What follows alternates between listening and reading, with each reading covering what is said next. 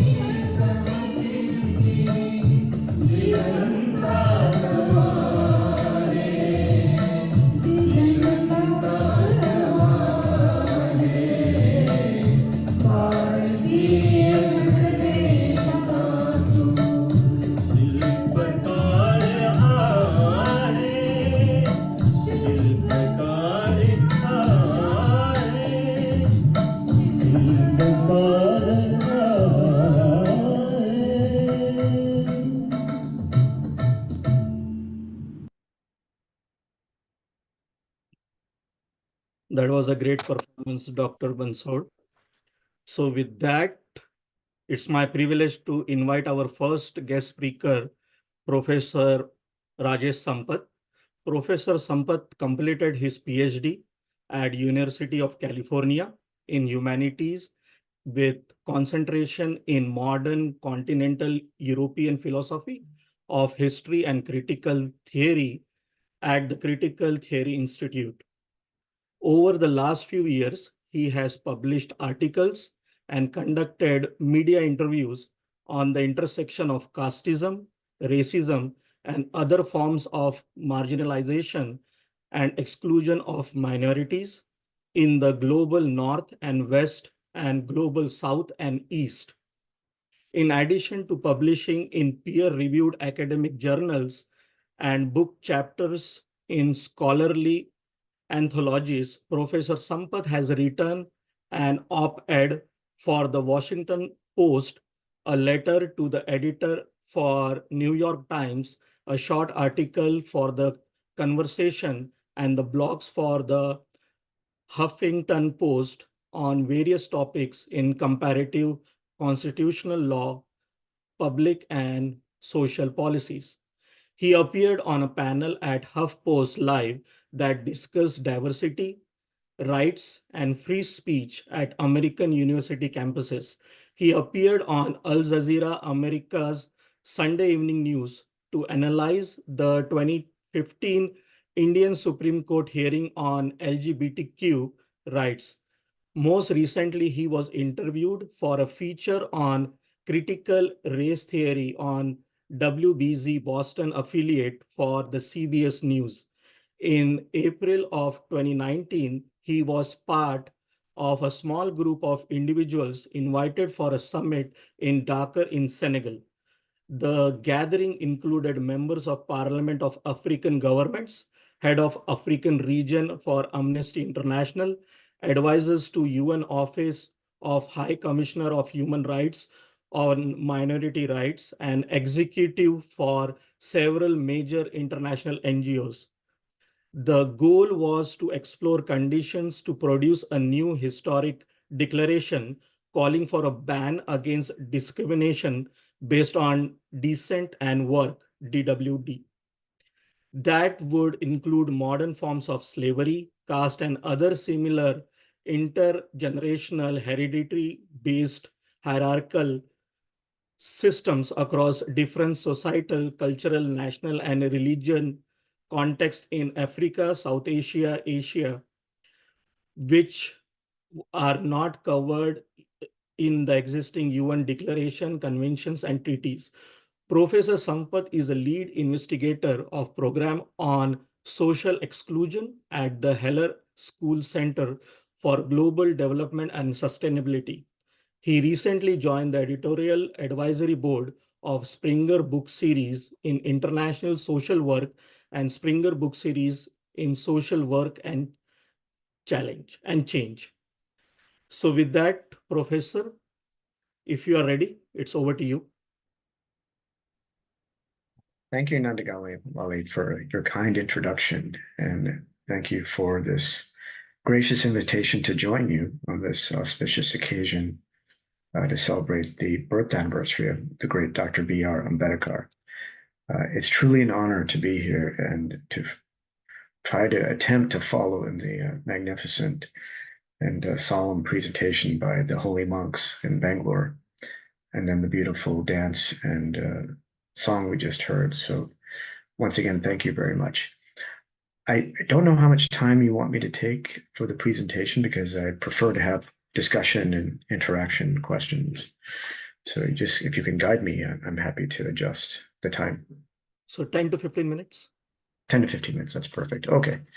Well, let me begin with Nangadikawali gave me a very extensive introduction, and so I don't want to repeat it, but I will say over the last few years, I've been very compelled to write on Dr. B.R. Ambedkar. And to be honest, being technically a second generation Indian American, my parents immigrated here in the early 70s when I was 3 months old. And like maybe a lot of your children, were of course younger generations growing up in the United States. What I found was that on the one hand, those early generations, and maybe we can compare across the world, Indian immigrants that go, all over the world, whether it's to Europe or the United States, or maybe they go to Australia or other parts of Asia, that the communities come together in the name of solidarity to, in some senses, erase caste or attempt to erase caste. So in other words, high caste, low caste can join together, maybe by profession, if they're doctors or engineers. I'm talking about those initial generations from the 60s and 70s.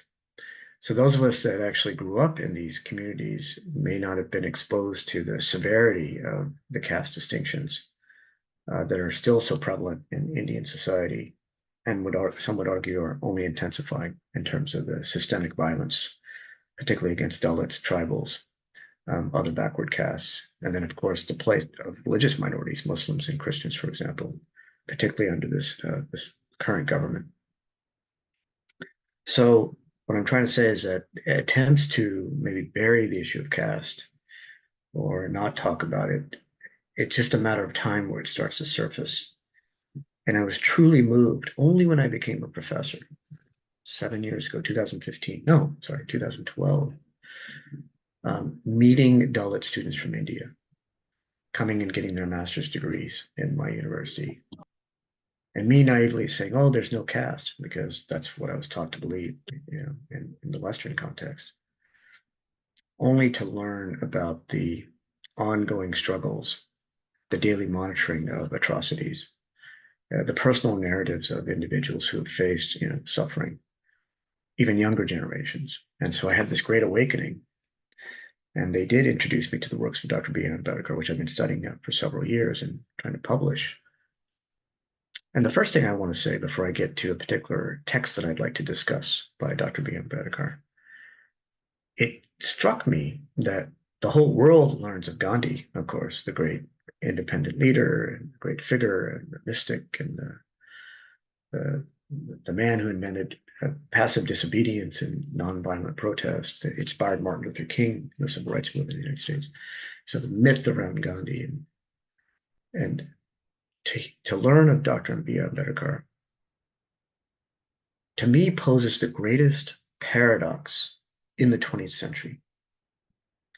The caste system as a social construction that tries to take our united human species, and let's say within that, the Indus family within the human species, and to divide it essentially by these identities assigned at birth in some hierarchy from high to low, and to privilege the Brahmins as the ones that hold the cradle of wisdom and knowledge, the scribes, and the only ones that can speak to the truth of the Vedic heritage and all the Hindu Shastras. And then the descending scale from that to the least, and to constitute the Dalit as something completely outside, quote unquote, untouchable, unapproachable. How can this system that created this illusory stratified inequality that Ambedkar spent his whole life studying and trying to destroy, annihilate, explain?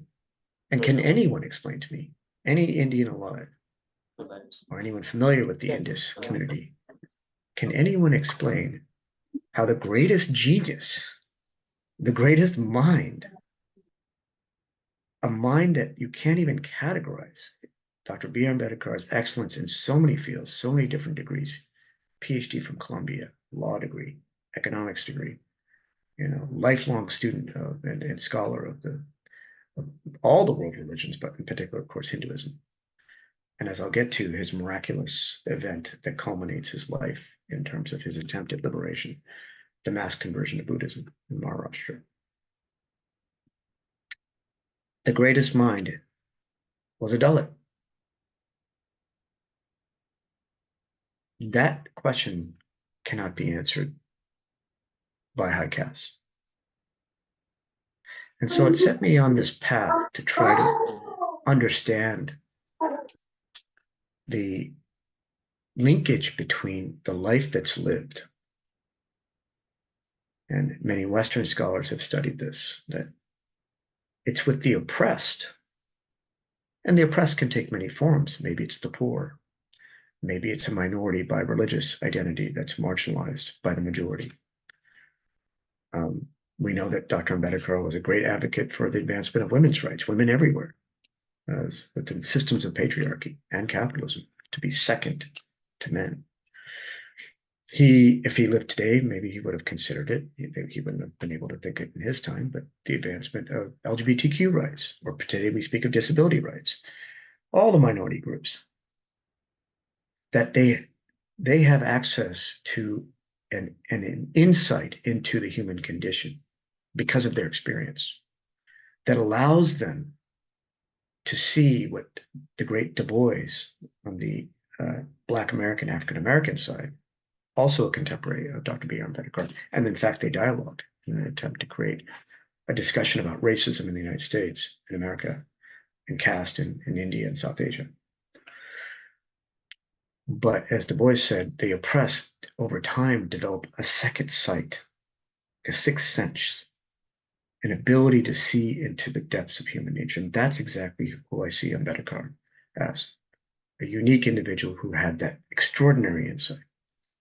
And then to catalyze the social movement, a social movement that was maybe a few hundred years in the making. He had great predecessors like Fule in the 19th century. But the dominion of caste, at least going back to the Manusmriti in the 3rd century BCE, and the Hindus argue that, it has greater foundations and older philosophical traditions and texts, the Upanishads and the Vedas. Ambedkar set to disprove all this.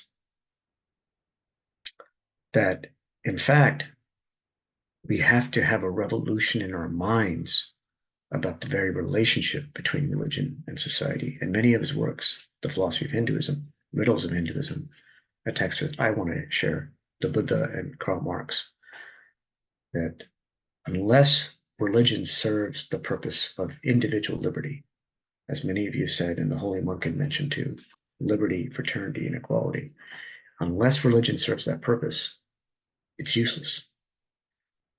And he meant it as a conviction. So when I think of the legacy of Ambedkar, one, we have to still carry on the dream of annihilating caste. And when I teach comparisons of the Indian Constitution with the U.S. Constitution, the Constitution in the United States bans slavery because of the Civil War, bans discrimination on the basis of race, so the right for Black people to vote, for example, but it doesn't ban racism. The Indian Constitution may ban untouchability as a practice. Of course, it still occurs. And the atrocities against a lot of Dalit individuals and communities. We hear that, at least my colleagues in India tell me the stories that are happening daily of the atrocities, brutal atrocities. So the Constitution says banning untouchability on the in practice, but it says it also bans discrimination on the basis of caste. It does not ban the caste system itself, which was Ambedkar's driving ambition, even though he was the chief architect of the Constitution. And I'm sure if you look at the,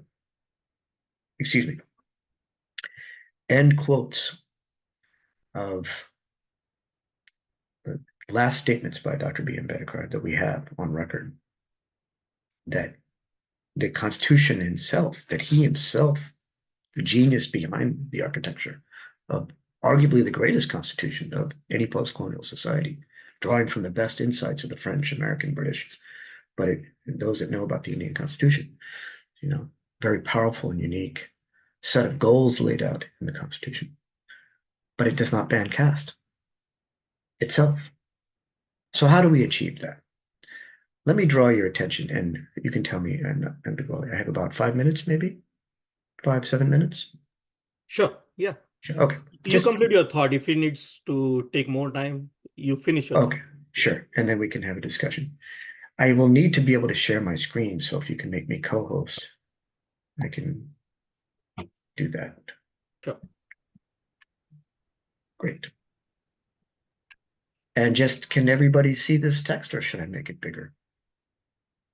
This is good. Okay. Yeah, we can see. Great. Great. So those of you that may be familiar with the biography of Dr. B. Ambedkar, upon his death in the 50s, there are a number of manuscripts that were discovered that he didn't publish in his own lifetime, that if he had lived or had the opportunity at different phases, he would have published them, or he was just beginning the investigations. And one miraculous work is called The Buddha or Karl Marx. That's the title of the work. And it's very short because he, as I said, didn't have a chance to complete it. And it's divided into these different sections. And the first section he mentions is the Creed of the Buddha. And then he mentions the Creed of Karl Marx. And then he tries to compare the two. And then he concludes with what he thinks is a revolution that India still needs. It achieved independence. It is quote unquote, as secular constitutional democracies. I'll leave that to you to debate, but some may argue that because of the current government, international organizations that measure democracy says that India has been slipping because it's censorship and treatment of minorities and suppression of free speech, and et cetera, et cetera. But that's maybe another debate. But Ambedkar knew that it's not a question of Gandhian independence from colonialism and the birth of the great nation. The nation of the Hindus, as Sabakar, the founder of the RSS, had said, and Golbakar much later. There's internal colonization. Even after decolonization, internal colonization, meaning there's a system that oppresses Dalits and tribals and other OBCs, and quite frankly, other ethnic and racial and religious minorities. Democracies are founded on equal rights. It's not just a proclamation of rights. It has to actualize equality in society. If it doesn't, how can you say it's a democracy? Nikki, you could accuse other democracies around the world of also failing. Quite frankly, maybe some might be critical of the United States as a failing democracy because of the way it treats maybe some of its minority groups. But Ambedkar says, okay, well, here's the last chance. He's trying to imagine a whole new society. And can we envision that? Can we try to actualize this new society? I'll read briefly here this one section, and then I'll stop. Because I'd like to invite a discussion, conversation. Let's see what he says. I enumerate them below as I've understood them from my reading of the Tripitaka. So this is how is he summarizing the main important insights from Buddhism, not the philosophy of Buddhism or the religion of Buddhism per se, but what it means for society. This is what he's saying. So he says, religion is necessary for a free society, but not every religion is worth having. Religion must relate to facts of life and not to theories and speculations about God, soul, heaven, or earth. It is wrong to make God the center of religion. That's fascinating. Many religions do that. But what is this about the genius or the uniqueness of Buddhism? It is wrong to make salvation of the soul as the center of religion, maybe just focusing selfishly on your own self. It is wrong to make animal sacrifices to be the center of religion. Real religion lives in the heart of man, not in the Shastras. Man, or we can say human being to be inclusive, all human beings, morality must be the center of religion. If not, religion is a cruel superstition. What a great insight, Don Petticoat. It's not enough for morality to be the ideal of life. Since there is no God, it must become the jaw of life. The thing that really grasps life. The function of religion is to reconstruct the world and to make it happy and not to explain its origin or end. That the unhappiness in the world is due to conflict of interest, and the only way to solve it is to follow the Ashtanga Marga. Now, this is interesting because this next section looks like a little bit of Marx, but he says it's within the Buddha. The private ownership of property brings power to one class and sorrow to another. And as you know, Buddhism is the elimination of suffering. First of all, desire, because if you don't fulfill it, you'll suffer. And if you suffer, you head towards death without enlightenment. Buddhism is the first religion to try to understand this condition and also offer a path, as the holy monk had mentioned. Compassion towards all. That is necessary for the good of society, that the sorrow be removed by removing its cause. And here we go. All human beings are equal. Worth and not birth is the measure of human beings. What is important is high ideals, not high noble birth. Maitri or fellowship towards all must never be abandoned. One owes it even to one's enemy. Everyone has a right to learn. We know how important this is. Learning is necessary for humans to live, as food is. But learning without character is dangerous. Nothing is infallible. So if I were to be critical, like he was in the Annihilation of Caste and philosophy of Hinduism, the Manusmriti, the Vedas, infallible, they can't be questioned, they hold the truth. Nothing is binding forever. Everything is subject to inquiry, critical examination, which was Ambedkar's genius. everything is subject to the law of causation. There must be a cause for everything, including the cause of suffering, which is not because of some mystical thing. The caste system is the cause of inequality. Let's recognize it. Let's try to understand it. Let's eliminate it. Nothing is permanent. And the last two I'll just leave. It's a little ambiguous. War is wrong unless it's for truth and justice. The victor has duties towards the vanquished. So I'll stop there. So in conclusion, what I'd like to say is that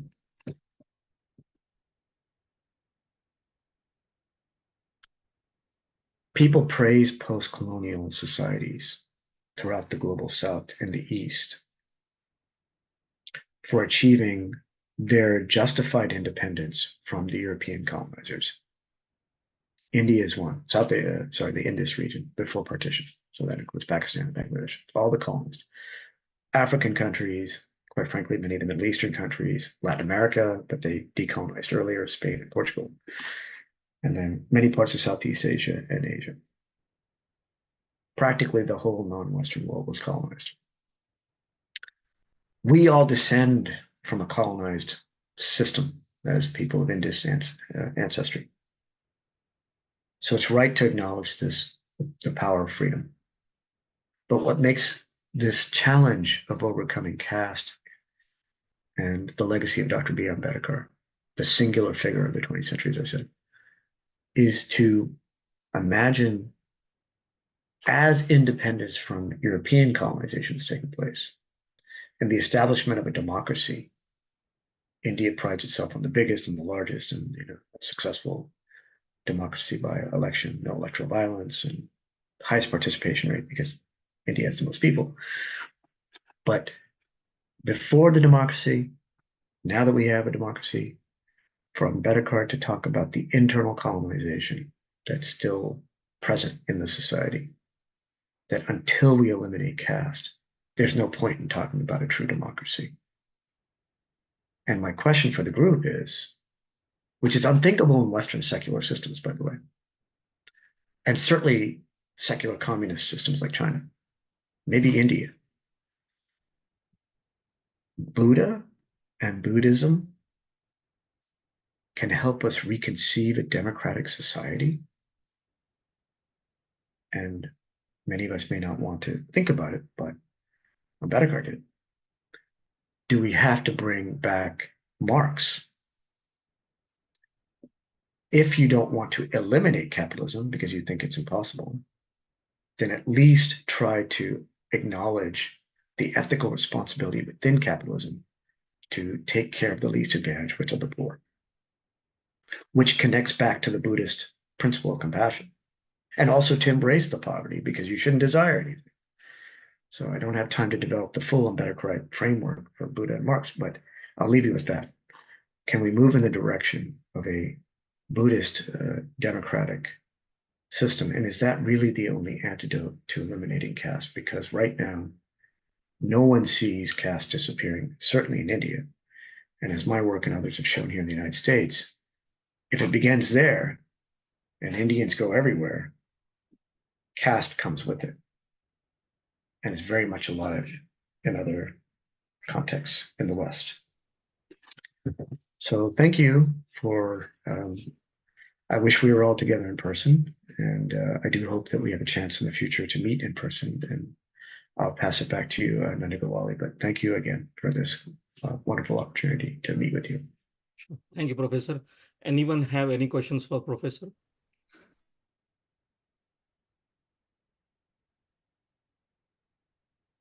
We'll take silence as no. So before I let you go, I would like to applaud you for your work on fighting the hereditary-based hierarchical system. Like Baba Sahib said, a great man is different from an eminent one in the way that he's ready to be servant of the society. So thank you, B, for that servant of the society. And thank you, B, for our guest speaker for tonight.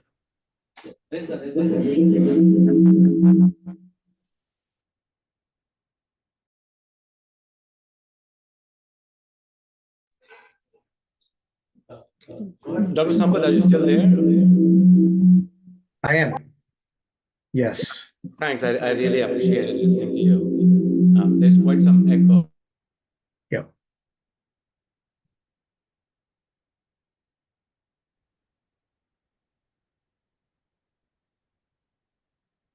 Sorry, just little technology challenges. Are you able to hear me? Yes, I am. Okay, beautiful. First of all, I really appreciate it. Pretty interesting listening to you. But I was just wondering, like you were talking about the Karl Marx philosophy versus the religion, versus the religion side of it, right? Mm. And then the question becomes: is it like is the solution going to be one or the other, or is there a possibility of happy medium, which kind of strikes the balance between what capitalism could bring in terms of giving an incentive um, to get rid of not just the caste system per se, but more of casteism, which comes along with it. But at the same time, keeping the religion, which will help keep the capitalist grounded so that it does not swing towards extreme right or left. Mm. Any thoughts? Yes. Yes, thank you. Can you tell me who was speaking? I'm trying to see. I'm sorry, I'm just a little video shy. This is Kishore over here. Okay, sure. Thank you. What an excellent insight. And I agree with you because if you look at the end of his text, and if you had an opportunity to ask Dr. Ambedkar himself, I think a lot of us are suspicious of the communist revolutions of the 20th century because they led to totalitarian systems of violence and control. And me personally, I'm not saying that I'm an advocate of Marxism and communism, but I want to understand what Ambedkar was taking from the original writings of Marx. And how does that relate to the Buddhist creed to find the balance, as you're saying, Kishore? But he concludes with the fact that you can't have equality without liberty. So in other words, if there's any inequality, that means somebody's unfree or not. There's no liberty. But it's the actualization of the consciousness of equality, which means I think the holy monk had sent this. When you see someone, the other, even if they have some background, a lower caste or different race, or quite frankly, men and women, or if you want to take it further, the heterosexual majority and LGBTQ minorities, that you don't see them as other. You see them as true equals, as if you're looking at yourself. You don't want to denigrate yourself or put yourself below. You want to maintain your own, equality. So you should see that in the other two. So true equality and liberty. But fraternity is the extra component. Doesn't mean communism, but it means what he took from maybe John Dewey when he studied as a young man in Columbia is that there's a constant process of increasing solidarity and increasing consciousness in the whole society that you are here to do good for others. And Buddhism proclaims that, quite frankly, many other religions do. But the key factor is this equality, liberty, and fraternity. What you get from the original Karl Marx, and why this is so uniquely positioned in the Indus context where caste was born, and this phenomenon of caste, is what you see in the early actual writings, but before you get the Marx that becomes the big architect of communism, communist revolutions, the critique of capitalism, is that all of our labor, so many questions are coming in. Maybe I'll try to answer that. What Marx discovered is that in our very attempt to labor, the essence of the human being gets distorted when that labor not only gets commodified, but then we start producing these things in capital that then takes a life of its own. And then we forget the sheer exploitation of the human that goes into making the thing. The Apple iPhone, the Mercedes Benz, whatever it happens to be. So that's the key insight, is that he wanted to eliminate humans, which is what we find in Ambedkar is the first, I think, to look at both traditions, the Buddha and Karl Marx, and say, hey, wait a minute, they have this this one thing in common, which is what is the driving force that alienates the human being from their true essence? It's when one is objectified as their labor. Assigning Dalits at birth certain functions is exactly the commodification of labor that you might see Marx saying. Of course, he wouldn't have thought about caste. If anything, he thought the Western structures would lead to the communist revolution, and that the Eastern, Oriental, which would include India, until they eliminate their feudalistic social structures like caste, they can't even get down the path of capitalism and communism. And many would argue today, oh, capitalism is supposed to eliminate caste, but it didn't. It hasn't in India, or quite frankly, other parts of the world. So We need to have a longer conversation, Kishore, but I do think that the blending of the two does not have to look like 20th century communism. And I'll say there's no model for it exists anywhere as far as I've seen. That means we have to continue the legacy of Ambedkar and try to articulate that new model. I see Thank you, questions in the Professor. chat. So everyone, please be cognizant of the time. So we have limited time. So I know there are a lot of questions coming, and also the professor had to go, so we had to shuffle the schedule a little bit to accommodate his time.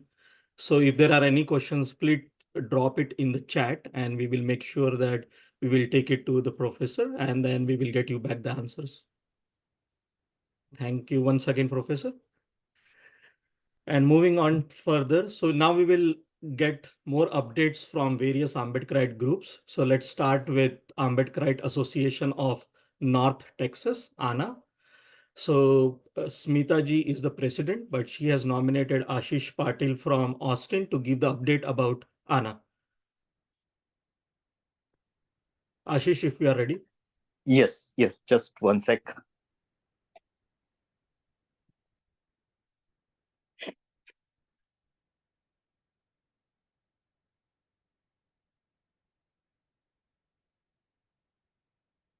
Can you hear me fine?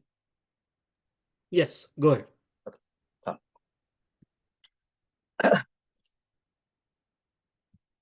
Okay, first of all, thanks for the opportunity to speak here. So every Jayanti we recognize and remember the qualities of Baba Saheb and Jyotirao Phule and try to advocate for civil rights and spread the joy to the most underprivileged, both in India and USA, right? So some 15 years back, the ANA was formed with the goal of continuing Dr. Babasaheb Ambedkar's journey by uplifting the marginalized communities, particularly in India, through education and healthcare initiatives. In past 15 years, ANA has helped number of students from oppressed communities financially to get educated, and that way they can become graduate and can pursue their dreams, dream career, and break the cycle of kind of poverty, right?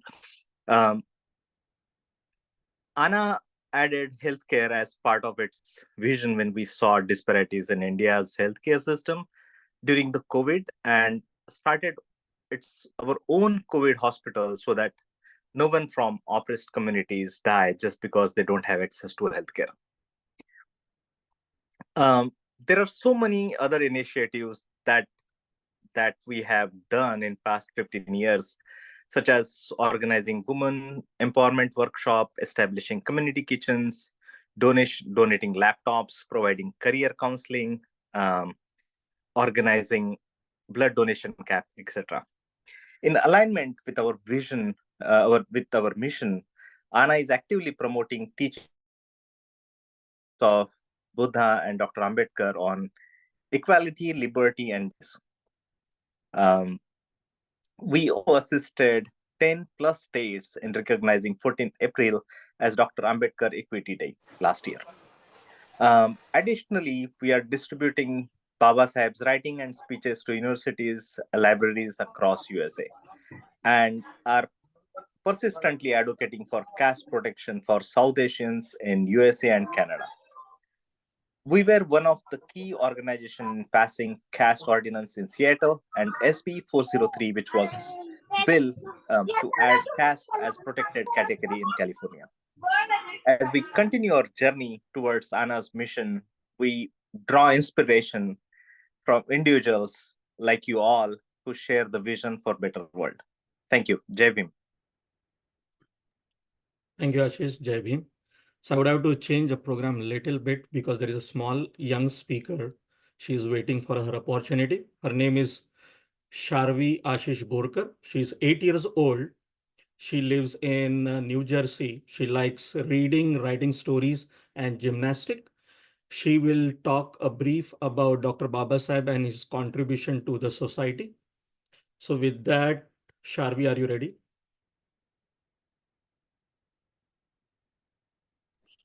Oh, sorry. Yeah. Come forward. JB Maulam Sharvi Speak loudly. JB Maulam Sharvi Ashish Kumar Borkar. Today I'm gonna speak few words about Dr. Bhimrao Ambedkar. He is popularly known as Baba Saheb Ambedkar. His full name is Dr. Bhimrao Ramji Ambedkar. He was born on 14 April 1891 in Mahugaon, Madhya Pradesh.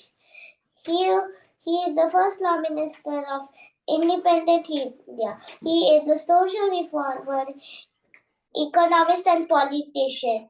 He is also known as father of Indian Constitution. He was awarded Bharat Ratna Award in 1990. On his birth anniversary, I remember his quote, "Life should be great rather than love." He dedicated his life for fighting against injustice and discrimination. Let us remember their teaching and work toward creating a better future for all of us. Once again, Jai Bhim, Jai Bharat. Thank you. Thank you. Thank you, Sharvi.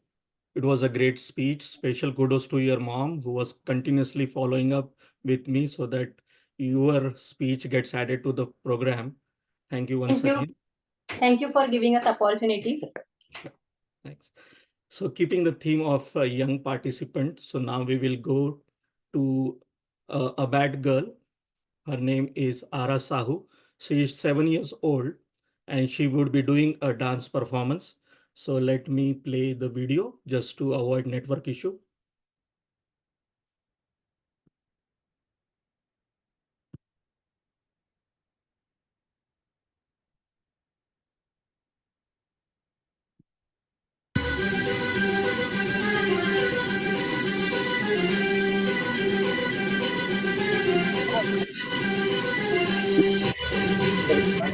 Not slow, black and black.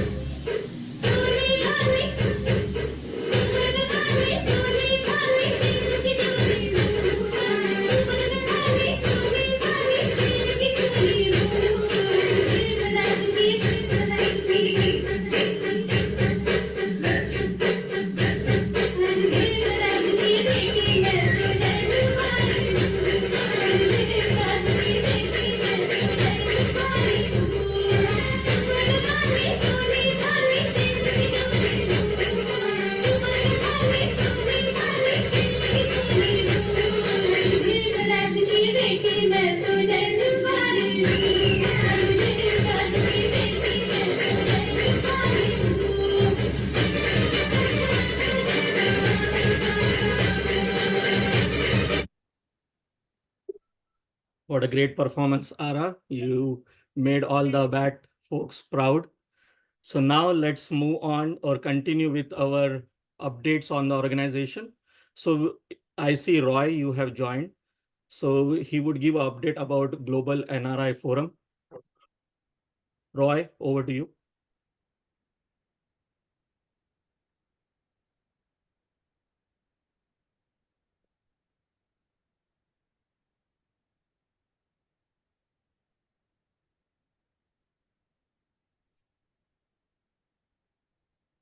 Roy, can you hear us?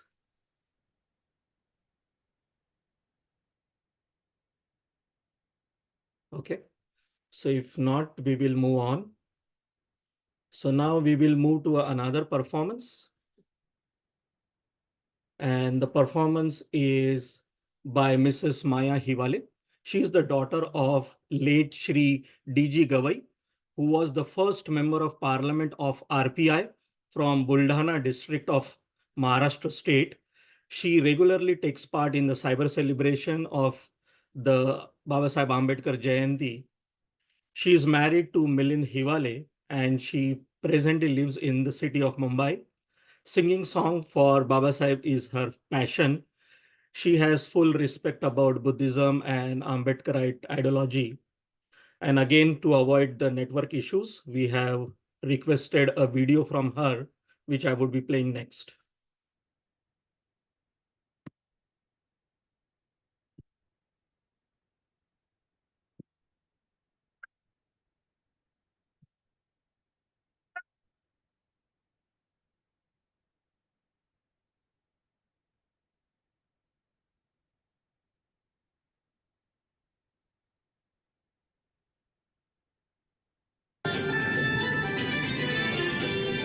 आकाश मोजतो आम्ही, आकाश मोजतो आम्ही, भीमा तुझ्यामुळे.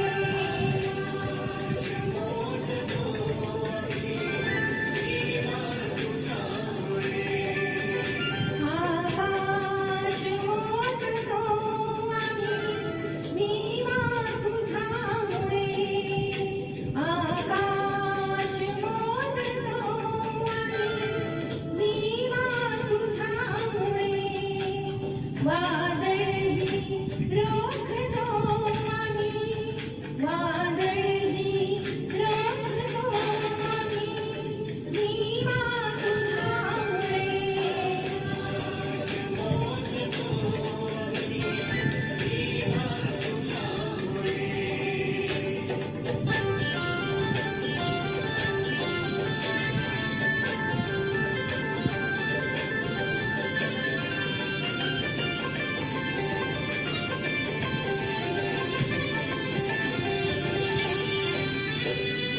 बंदूक तो नको रे, अनुभवही नको रे.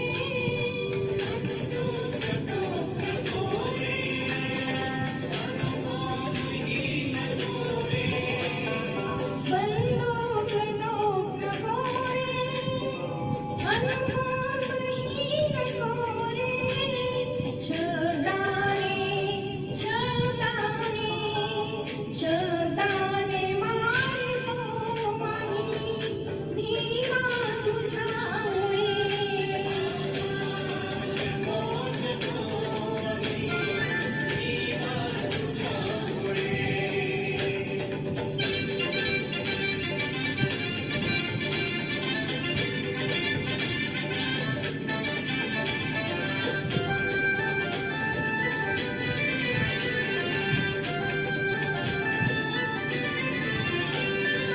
झळले आभास फिरले, धर्मांध तारवाने.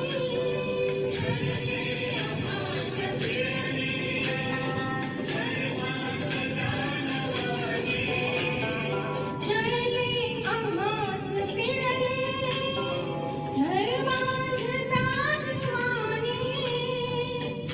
जातीस जातीस जातीस जाळतो आम्ही, भीमा तुझ्यामुळे.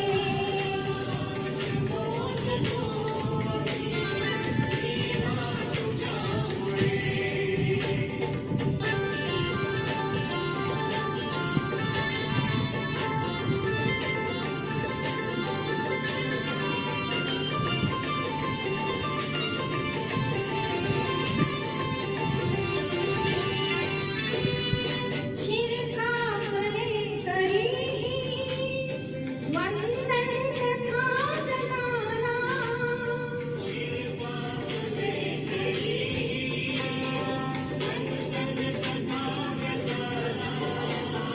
शिरकावले तरीही वंदन तथागताला. येथेच येथेच येथेच वागतो आम्ही, भीमा तुझ्यामुळे.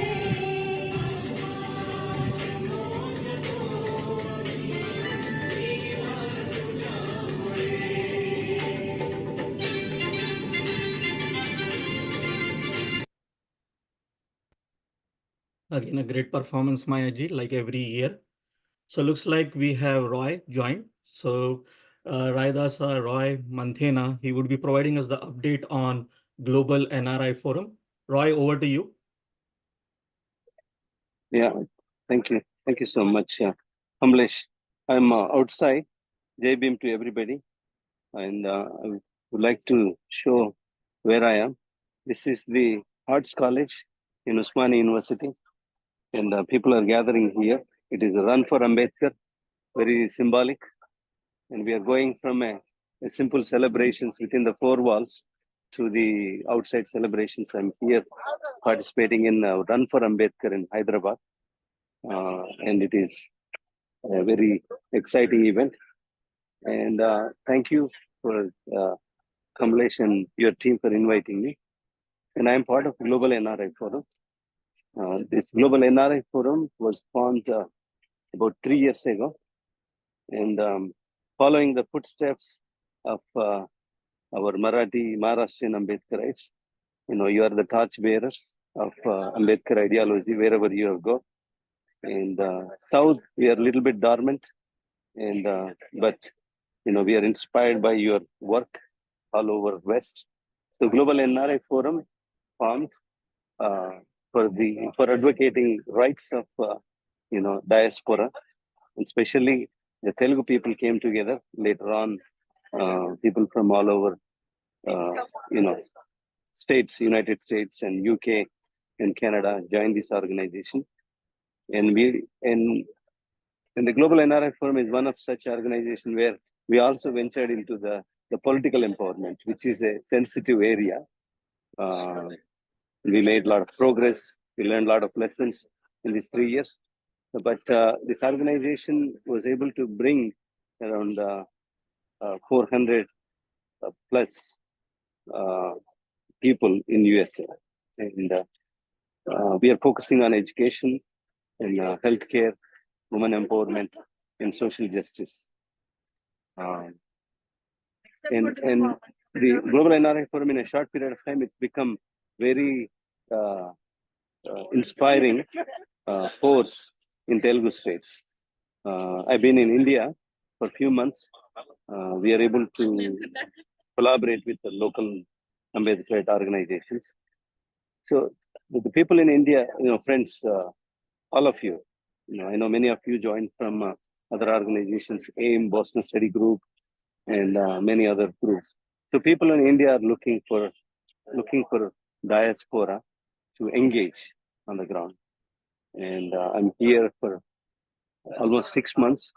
The areas where we can collaborate and make a difference here on the ground in India is education, healthcare, youth skill development, and also fighting for and defending and protecting Constitution. On this day, I'm going to remind Ambedkar saying, we are not here for making money. We are not here for, I'm just kind of paraphrasing it. We are not here for money. We are not here for power. We are here to reclaim the human dignity. As we speak, many of our brothers and sisters are being, killed, raped. But this diaspora has a responsibility to stand up. Many of our people, they come to America, settle down, have kids, they go to colleges, and we are happy with our families. But the country is calling. And look at Manipur, look at other places in India. India is calling. India requires your time, your talent, your presence, and we must pay back to India. This is our country, and this is our motherland. And thank you for this opportunity. And on behalf of Global NRI Forum, and we commend all the team for organizing this program. Thank you so much. Thank you, Kamlesh. Back to you. Thank you, Roy, for the update, and have a great run at Osmania University, and have a great awareness for today's day, which is Baba Sahib's birth anniversary in India. So now it's my privilege to invite our second guest, Mr. B.D. Borkar from Nagpur. He has done BSc in 1973, MSc in chemistry in 1975. He taught chemistry in Dr. Ambedkar College in Diksha Bhumi, Nagpur from 75 to 77. He joined as a Group B officer in the new custom house in Mumbai in 1977. He was also on deputation at the Enforcement Directorate as assistant director from 99 through 2004. He worked as additional commissioner of customs at Bhopal and Mumbai from 2005 through 2011, where he retired in 2011. He is also here representing as a former BAMSEP. He joined BAMSEP in 1977. He was president from 2003 to 2007. He established D.K. Khaperde Memorial Trust in 2001 in the memory of late D.K. Khaperde, who was the founder of BAMSEP. He constructed Rashtrapita Jyotiba Phule Institute of Social Revolution in 2013, which is sitting on a land of 25 acres in Nagpur, and it provides training to cadres on Phule Ambedkarite movement. He constructed 19-room hostel in 2017, and then later on it added 19 extra rooms. He has written various booklets for the movement. Why not reservation in promotions to OBC, in defense of Dr. Ambedkar, minorities and separate electorate, 5 presidential addresses, Constituent Assembly debates on fundamental rights and Honorable Supreme Court's interpretation, delivered speeches on movement as president of BAMSEP at multiple platforms. He is also a president of the PPI, which is People Party of India, the Democratic Front, from 2018 to 2022. So with that, it's my honor to welcome our second speaker, B.D. Burkar, and his today's topic would be Dr. Babasaheb Ambedkar and reconstruction of the society. So, sir, over to you. Thank you, Nanda Gauli ji. Jai Bhim to you and Jai Bhim to all. Jai Bhim. First of all, as we deal your speeches in India, you may be knowing it better. So I start with that. Respected Professor Scott Stroud, Professor Rajesh Sampath, Chairman of the Ambedkarite Buddhist Association of Texas, Mr. Jagdish Bankar, Mr. Nanda Gauli, and other audience who have joined this group. First of all, I extend greetings on the occasion of the 133rd Jayanti celebration of Baba Sahib. And I'm thankful to you, ABAT, for having invited me to address on the occasion of Jayanti celebration of Dr. Baba Sahib Ambedkar. As my topic goes, Dr. Ambedkar and reconstruction of society. The very topic suggests if we have to reconstruct the society, then we have to destroy something. You cannot destroy, without destroying something, you cannot reconstruct the society. That you must keep in mind. And what is to be destroyed, that will come during the course of my speech. Since I had been given only 10 minutes and I am also busy since the elections are going on here, and since I am working for the political party, so I had no time, but yesterday I prepared my small speech for this function. So I start with that. So what is to be destroyed? So let us think about it, and let us go in that direction. Let us know what type of Indian society is. The Indian society is classified on inequality and hatred. There is no scope for progress either of an individual or a group. Dr. Babasaheb Ambedkar himself was victimized due to inequality, discrimination, and injustice. He decided to fight against it, and therefore he formed the first organization in his life is Bahishkrit Hitakarni Sabha in the year 1924. Knowing well that untouchability is the social evil, and can only be checked by imposing a penalty on those who observe it. He represented to the Royal Commission, which came to India to review first Government of India Act 1990. He demanded civic and political rights. According to him, political power is the most potent weapon which can regulate the society. He was also of the opinion that if majority of the people get adult franchise and use it decisively in the electoral process democratically to capture the political power, then they can put an end to their misery. He fought for it in the first roundtable conference on 29th October 1930 in the franchise committee and opposed Congress demand for home rule unless adult franchise is granted by the Britishers. He was an ardent supporter of equality, liberty, and fraternity to transform real society. That is the prevailing society in which is based on inequality, into an ideal society. He was of the firm belief that twin tools, namely the democracy and religion, can be used to reconstruct the society. When he got an opportunity to draft the Constitution of India, as the chairman of the drafting committee, he preferred democracy over two other modes of governance, namely the monarchy and autocracy or dictatorship.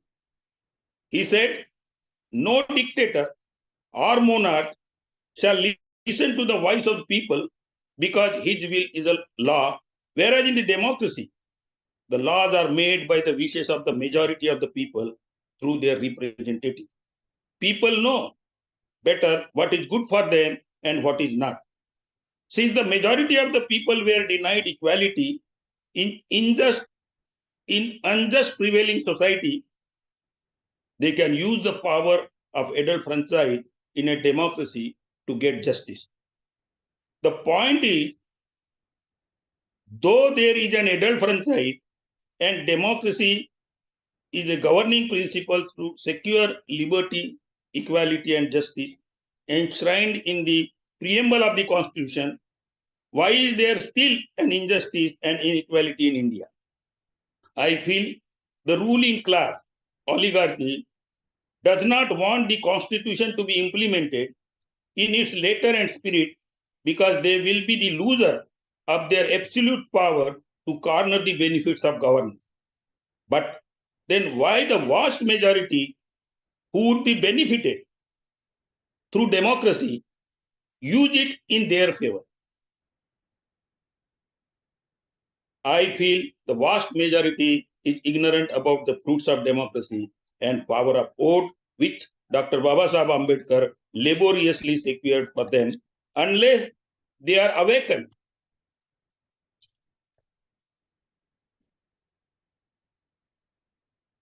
Of their constitutional rights, the society cannot be transformed or reconstructed. Few among vast ignorant majority who have been benefited through democratic constitution using their time, talent, and money should awaken the masses. They should undertake the responsibility, and more so the NRIs among them who are relatively better off if they really feel that the society should be reconstructed based on the principles of equality and injustice and justice.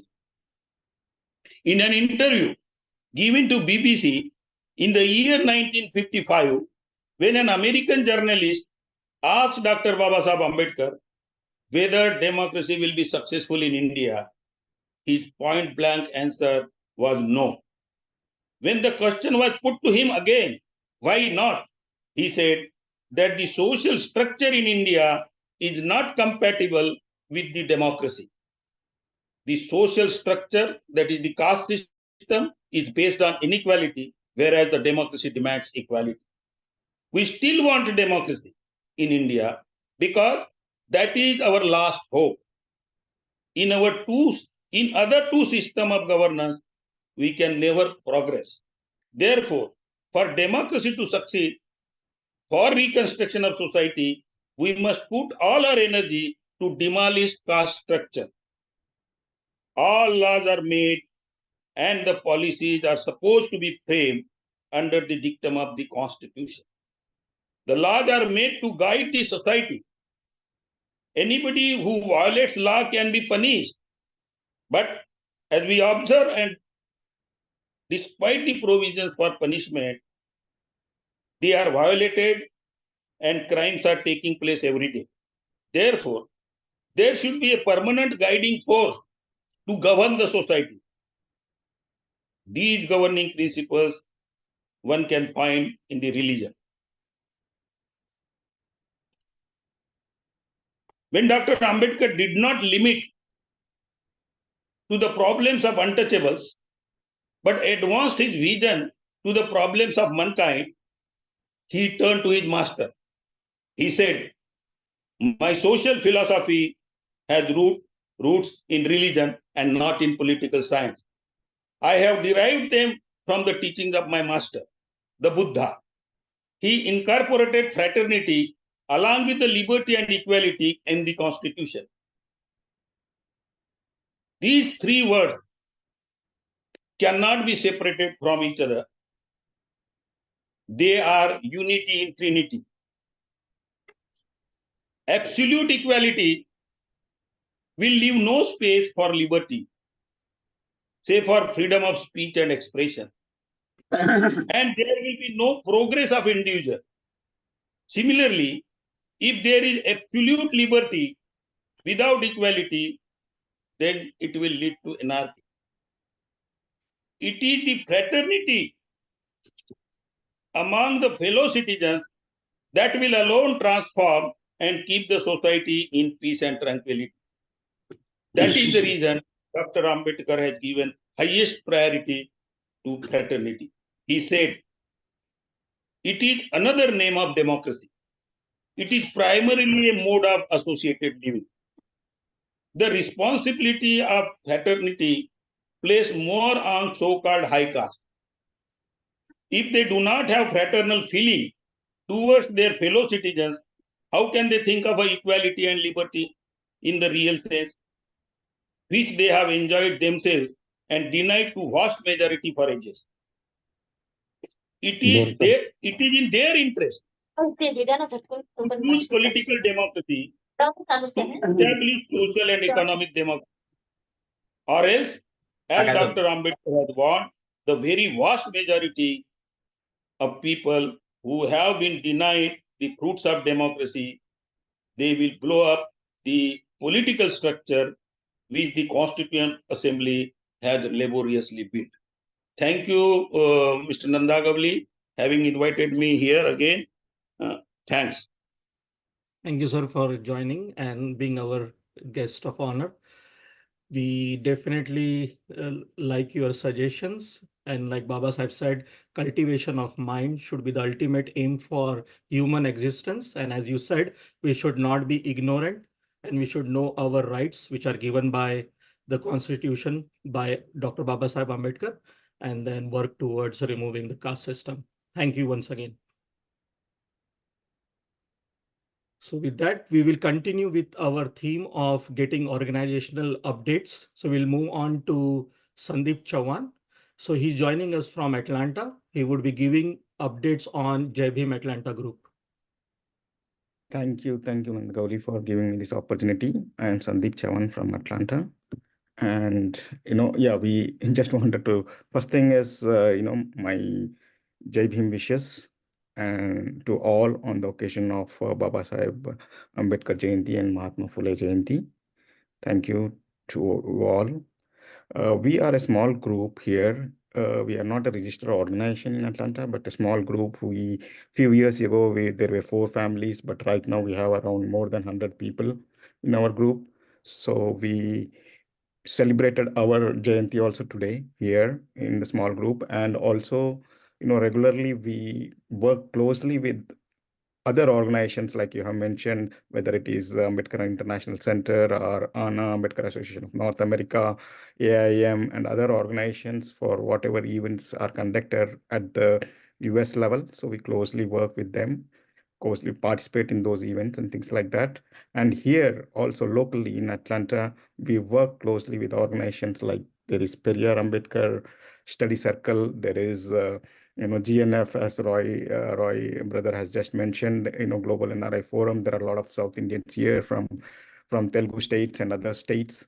And we work with our Muslim brothers here, who is a big organization again called IAMC Atlanta chapter. So we work closely with them. There are Banjara group here. We try to work with them in some way, other wherever possible.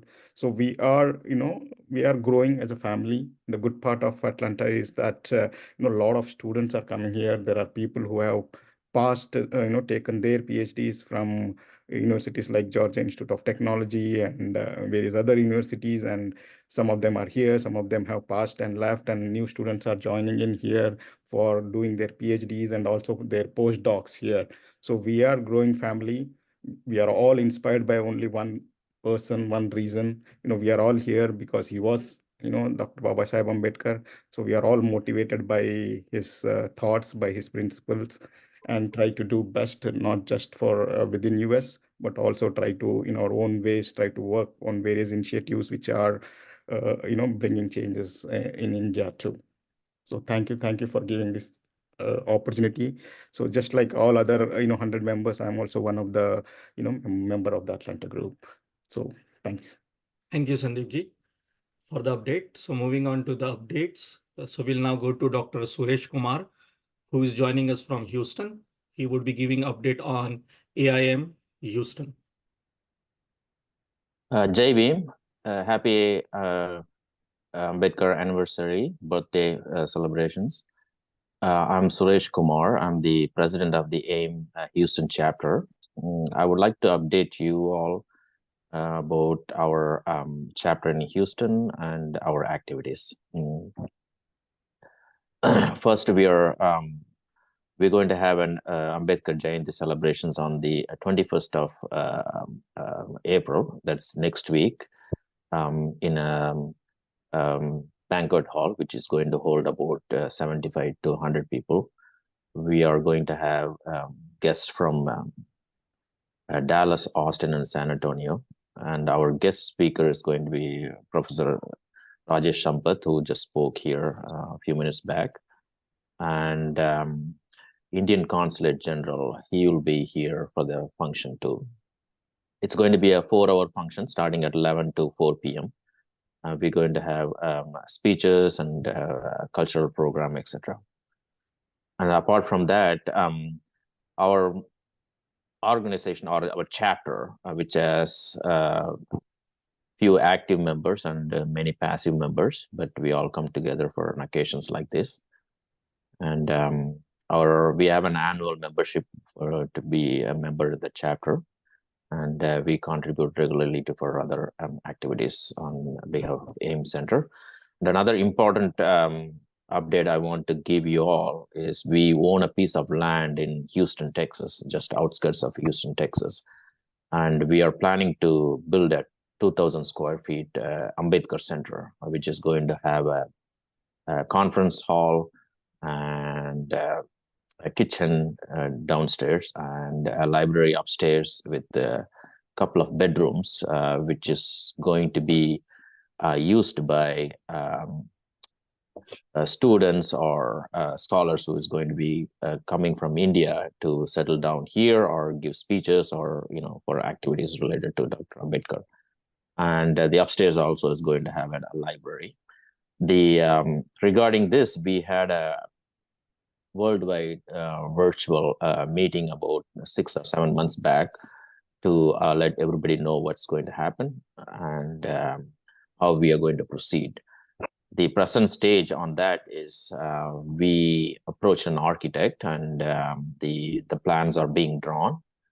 And from that stage, we're going to take it to the city and get the permit. And we are also getting quotes from contractors. So we are thinking about the structure is going to cost us about anywhere between $200,000 to $250,000.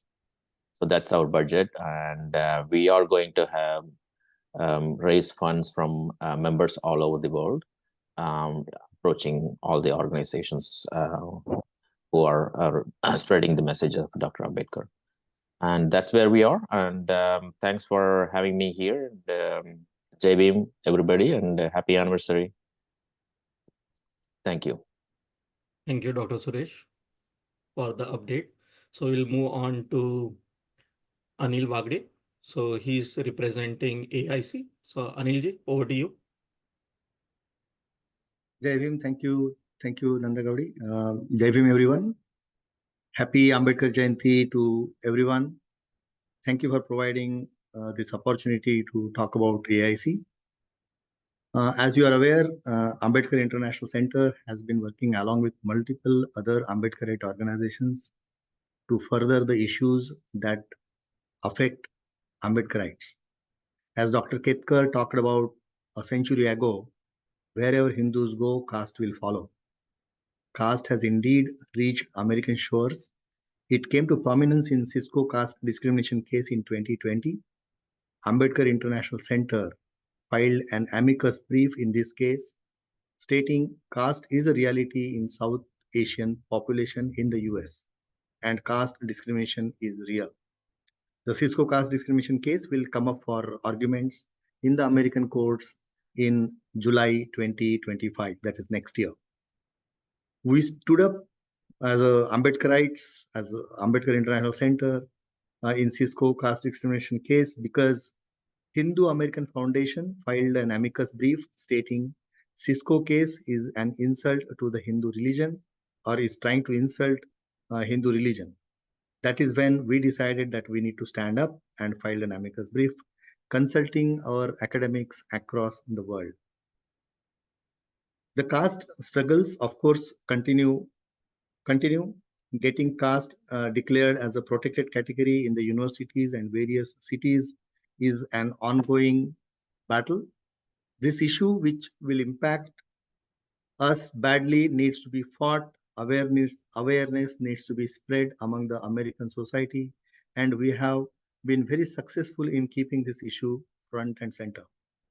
Last year, the effort in this direction received major boost when Ambedkar International Center worked closely with Ms. Kshama Sawant, a Seattle City Councilor of Socialist Alternative, along with Coalition of Seattle Indian Americans and many other Ambedkarite organizations, successfully passed a law banning caste discrimination in Seattle City. That was February 2023. That was a great boost for Ambedkarite movement in its fight against caste discrimination. Many organizations many companies like Apple, Facebook, Dell, Microsoft, IBM, and many more have amended their discrimination policies by including caste. Last year also saw a pivotal moment in the Ambedkarite movement in the US by unveiling a statue of Dr. Babasaheb Ambedkar, the Statue of Equality, in Maryland at AIC headquarters at Accokeek, Maryland. We have been able to create an Ambedkarite space of pride here in the US. More than 500 people had gathered at the AIC headquarters for the unveiling of statue on October 14, 2023. Why October 14th was chosen? As many are aware, on October 14th, 1956 is when Dr. Babasaheb Ambedkar converted to Buddhism at Nagpur. Today, many people visit the statue to pay their respect. This is another proud moment for the Ambedkarite movement in general and AIC in particular. Last year also saw a production of a movie Origin with Dr. Suraj Yengde, Dr. Gaurav Pathania playing the major role in the movie, drawing parallel between Black struggle and Dalit struggle. With those highlights of last year, would like to talk about Ambedkar International Center as an organization in a little more detail. Ambedkar International Center conducts its elections every 2 years. It is a very democratic setup.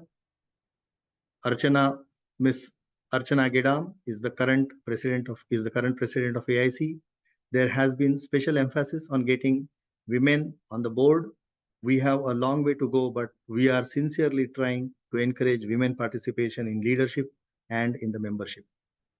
AIC also works very closely with like-minded civil rights organizations in the US, namely Coalition of Seattle Indian American, India Civil Watch, International, Hindus for Human Rights, Indian Muslims Council of America, IMCA, Ravidasiya organizations, African American civil rights groups, and other similar civil rights organizations.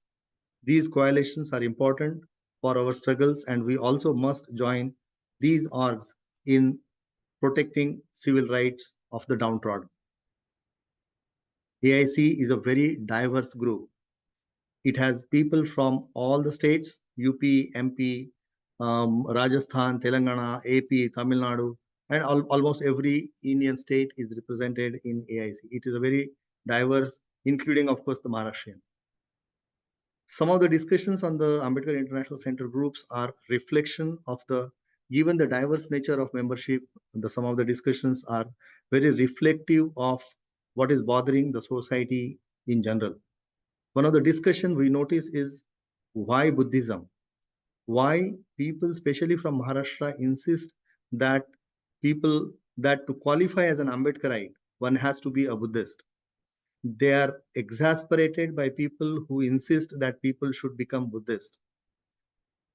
This question is a very pertinent and needs to be answered in a very sensitive manner, not trying to belittle the question, the people who are asking this question, but we must explain to them gently the benefits it has accrued. Why, when Maharashtrians converted to Buddhism in Nagpur and in Maharashtra, the benefits that accrued to the erstwhile scheduled caste downtrodden society are immense.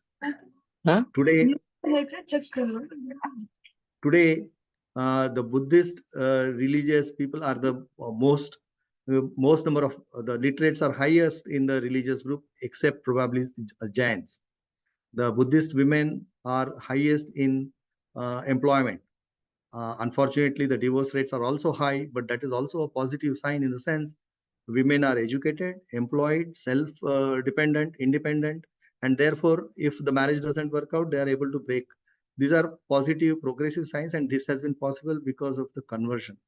Now, how these benefits have accrued to us, it is the onus is on the Maharashtrians to explain to people from the other states in a very gentle manner. AIC and we in general will need help in its duty of Ambedkarites in the US to help in the caste struggle. AIC is also building a Ambedkar Memorial at the AIC headquarters where we had unveiled the statue last year. And there is a 13-acre land with a statue. This is a mammoth project and we'll need financial help from everywhere. With that, I will conclude my talk. Thank you. Thank you, Anilji, for the update. It is good to see Smita ji and Archana ji being a president of Ambedkarite Association. And like Baba Sahib said, I measure the progress of the community by the degree of progress which the women have achieved. So great going. So we'll move to the next organization, which is Boston Study Group. So Hemant Chavan, who is the president of BSG, he couldn't join because he had another commitment, which is again the same celebration. So he has sent a video, which I would be sharing now.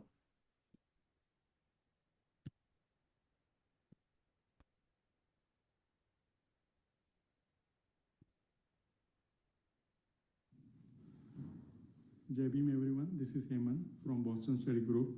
On behalf of Boston Study Group team here in New England area, we wish everyone a very happy 133rd birth anniversary of Dr. Babasaheb Ambedkar. It gives me an utmost honor and pleasure to announce the launch of the Awakened magazine, which is the 6th volume of its spring 2024 edition that we're going to launch on the 14th April on the Boston Study Group website.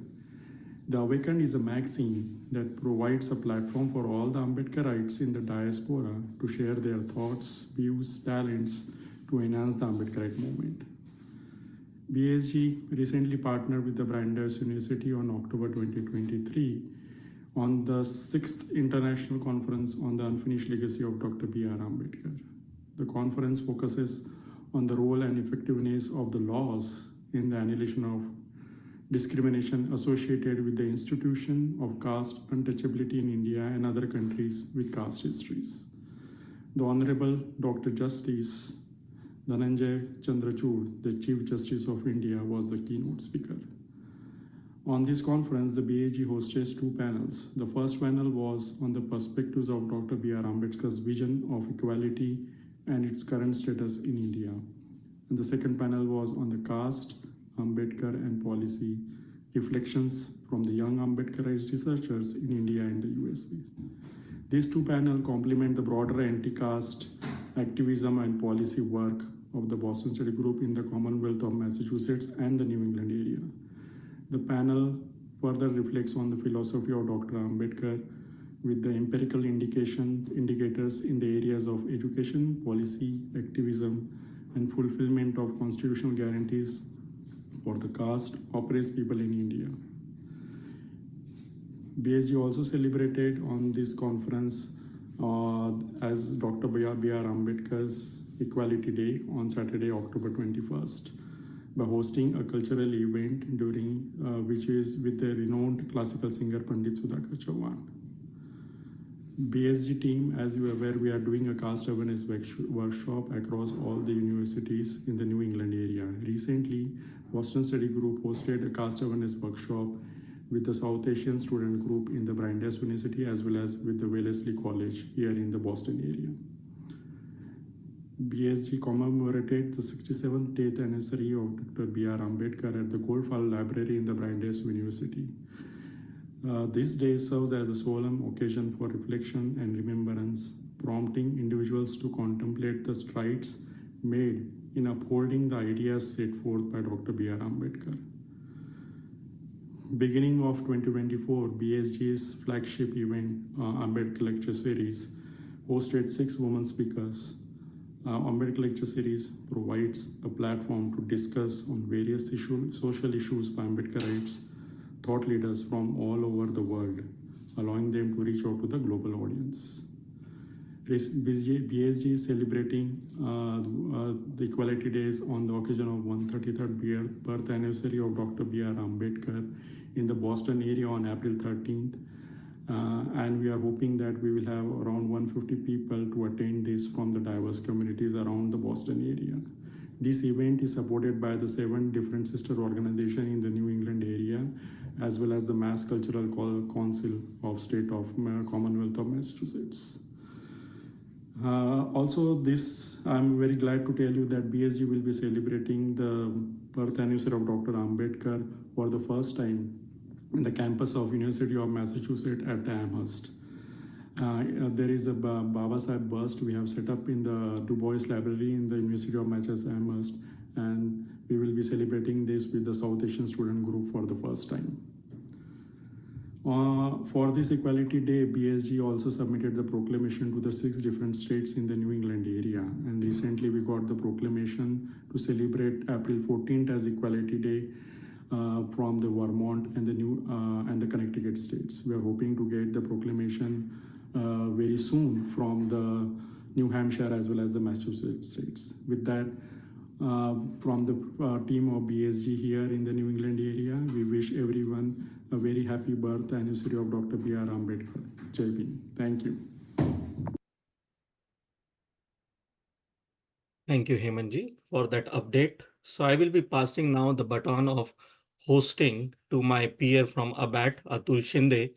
So I will end my hosting with Buddha's quote: if you light a lamp for somebody, it will also brighten your own path.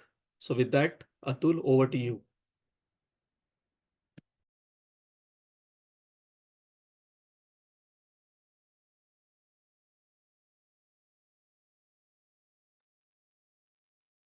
Thank you, Kamlesh. Jai Bhim, ladies and gentlemen. This is Atul Sinde, as Kamlesh said. It gives me immense pleasure to be a co-host on this marvelous occasion of Ambedkar's 133rd Jayanti. I'll be hosting the remainder of the program until its conclusion. Well, so before we commence, I would like to take a moment to express few words of gratitude for our Masiha. रुतबो मेरे sir को तेरे संविधान से मिला है, ये सम्मान भी मुझे तेरे संविधान से मिला है। औरों को जो मिला है वो मुकद्दर से मिला है, हमें तो मुकद्दर भी तेरे संविधान से मिला है। ना जिंदगी की खुशी ना मौत का गम, जब तक है दम जय भीम कहेंगे हम। जय भीम, जय Bhim. Lot of energy in this room. Thank you. So let's move on to our next participants. Mr. D.K. Banerjee, who is currently residing in Pune, he is retired from Hindustan Petroleum 10 years ago. He is successful florist entrepreneur for the last 10 years and exporting rose flowers to various countries like UK, Europe, etc. He loves singing. So we have his video of his singing performance. So let me just play it for you.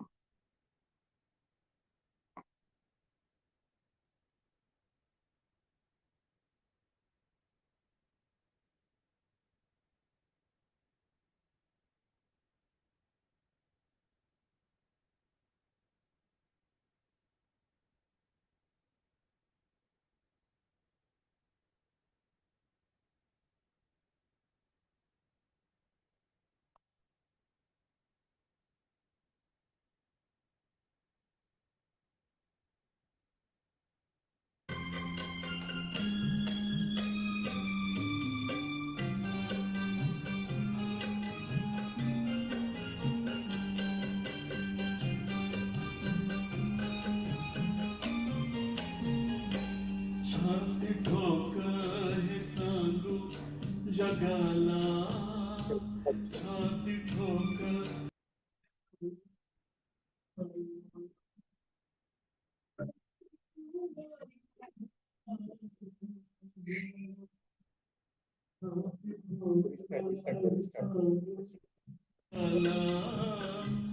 असा विद्वान होणार नाही, कोणी झालाच, हो कोणी झालाच, कोणी झालाच विद्वान मोठा, बुद्ध भगवान होणार नाही, कोणी झालाच विद्वान मोठा, बुद्ध भगवान होणार नाही, छाती ठोकर हे सांगू जगाला.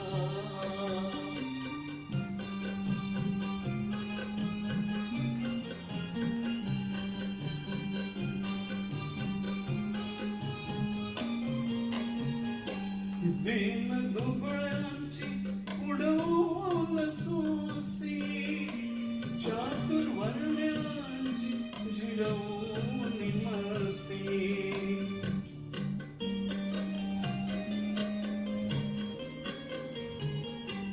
दिन दुबळ्यांची उडवून सुस्ती, चातुर्वर्ण्यांची जिरवून मस्ती, कधी हरला ना, हो कधी हरला ना, कधी हरला ना ज्ञानाची कुस्ती, असा पहलवान होणार नाही, कधी हरला ना ज्ञानाची कुस्ती, असा पहलवान होणार नाही, छाती ठोकर हे सांगू जगाला.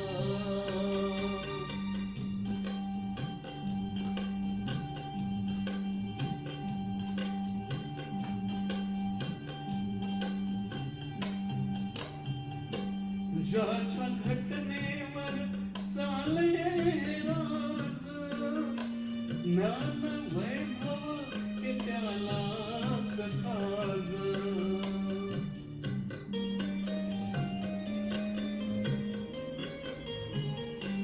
ज्याच्या घटनेवर चाले हे राज ज्ञान वैभव हे त्यालाच साज कुबेरालाही हो कुबेरालाही कुबेरालाही वाटावी लाज असं धनवान होणार नाही कुबेरालाही वाटावी लाज असा धनवान होणार नाही छाती ठोकू हे सांगू जगाला छाती ठोकू हे सांगू जगाला छाती ठोकू हे सांगू जगाला. Thank you, Bhaneji. That was awesome singing. So as I said, looks like you are into florist business. So you poured your heart and soul into the song, and it was evident in every notes you sang. Your voice carried such depth of emotion, and it really felt like you were speaking directly to each one of us. It seems like you held the export of flowers and poured all the flowers in your song today. Thank you very much. So moving on to the next participants we have in the list, uh, uh, Sneha and Praful Gawai from Katy, Houston. So let me just play the video for them. So they have 2 kids, boys. The video includes their entire family, even from India. I'm gonna play a video.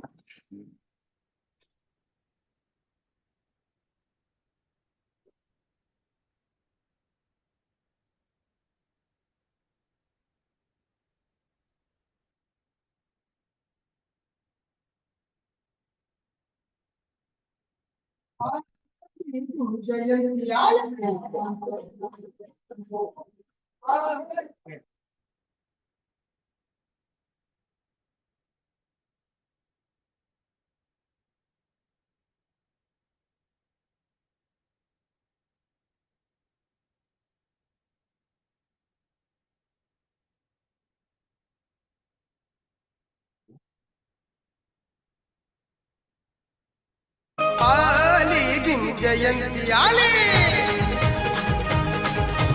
आली भीम जयंती आली निळ्या नाभाखाली गर्दी ही लोटली झाला आनंद किती आज या भारती वाजत गाजत आली आली आली आली भीम जयंती आली आली आली भीम जयंती आली निळ्या नभाखाली गर्दी ही लोटली झाला आनंद किती आज या भारती वाजत गाजत आली आली आली आली भीम जयंती आली आली आली आली भीम जयंती आली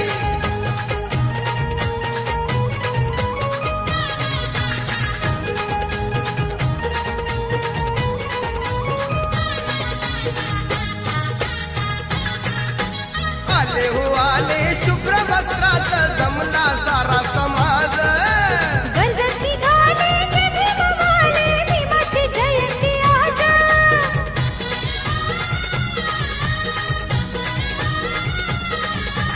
आले हो आले शुभ्र वस्त्रात जमला सारा समाज गरजत निघाले जे भीमवाले भीमाची जयंती आज जनता आनंदली निळी निळी झाली. That was good. So thank you, Joy family. Indeed, Jayanti of our Messiah Ali. We really enjoyed your family pictures with the melodious music and song, which are indeed special. Thank you for the greetings and wishes for the Ambedkar Jayanti from your entire family, and we also wish you and your family the same. Now, moving on to the next, we have our next guest speaker, Professor Scott.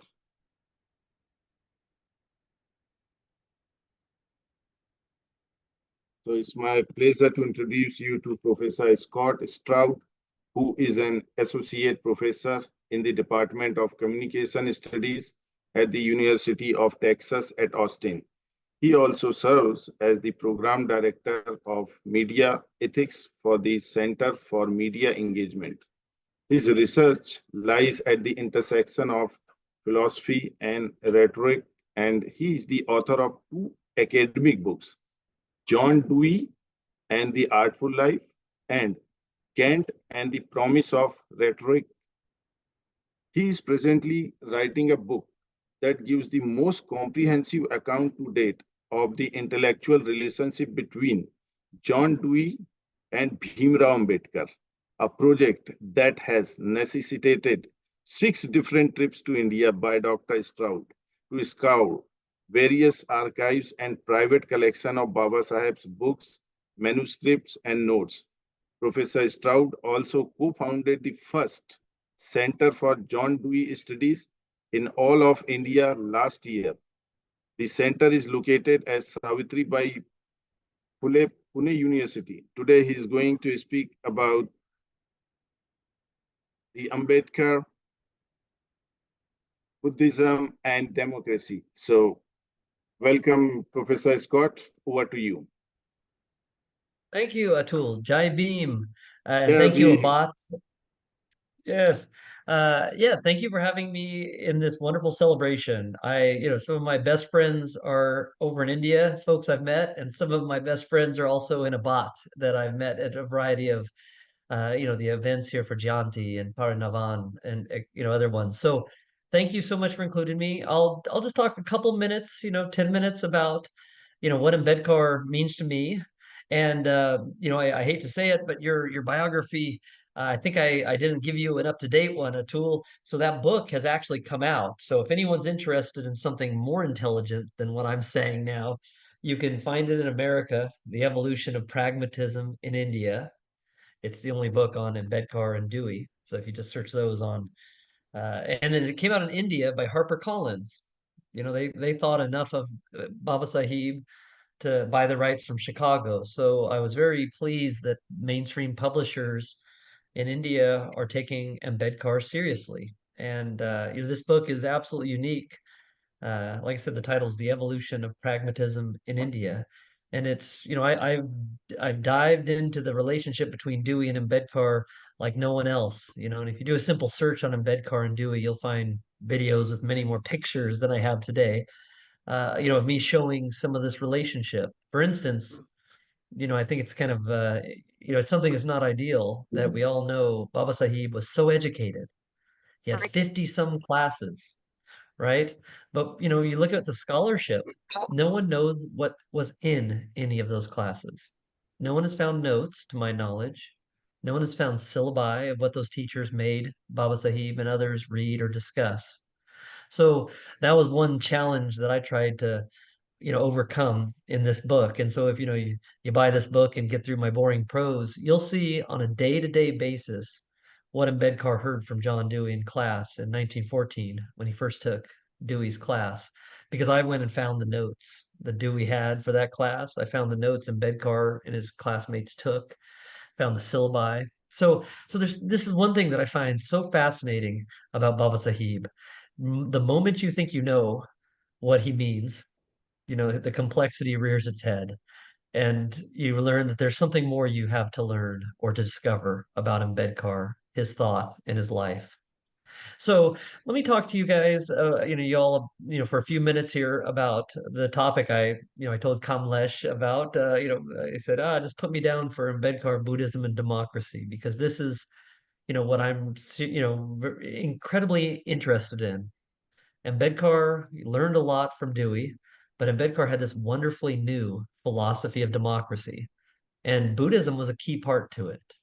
And so this is intriguing because in the West, when you have philosophers that talk about democracy, they talk about big things like voting rights, how governments make decisions in New Delhi or Washington, D.C. They don't talk about religion. Oftentimes religion is kind of the enemy to democracy. So Baba Sahib's thought is incredibly fresh because it kind of, shows us this combination that we don't expect would work, yet he makes it work. So let me say a couple things about Baba Sahib's philosophy, or at least some parts. Now, one of the things I find that's, why do I insist on calling him a pragmatist? Well, it's not that he just does the same thing Dewey does, or Jane Addams, or W.E.B. Du Bois. He's a pragmatist as well. He doesn't do the same thing these folks do. But one theme that all these authors share, and they all read each other, is the idea that, philosophy ought to be practical. Philosophy comes from life, and it ought to go back down to reconstruct and fix life. So Dewey shared this with Ambedkar, and Ambedkar saw this in John Dewey and takes it back to India and criticizes the Marxists, criticizes the Sanatan Hindu thinkers of his day. So, Baba Sahib really sees the value to this idea that philosophy, if it's not rendered practical, is useless. It's just dreaming, and maybe it's even worse. It's oppressing people based upon these illusions. So think about Ambedkar as giving us a critical philosophy. Now you again, don't just stop there.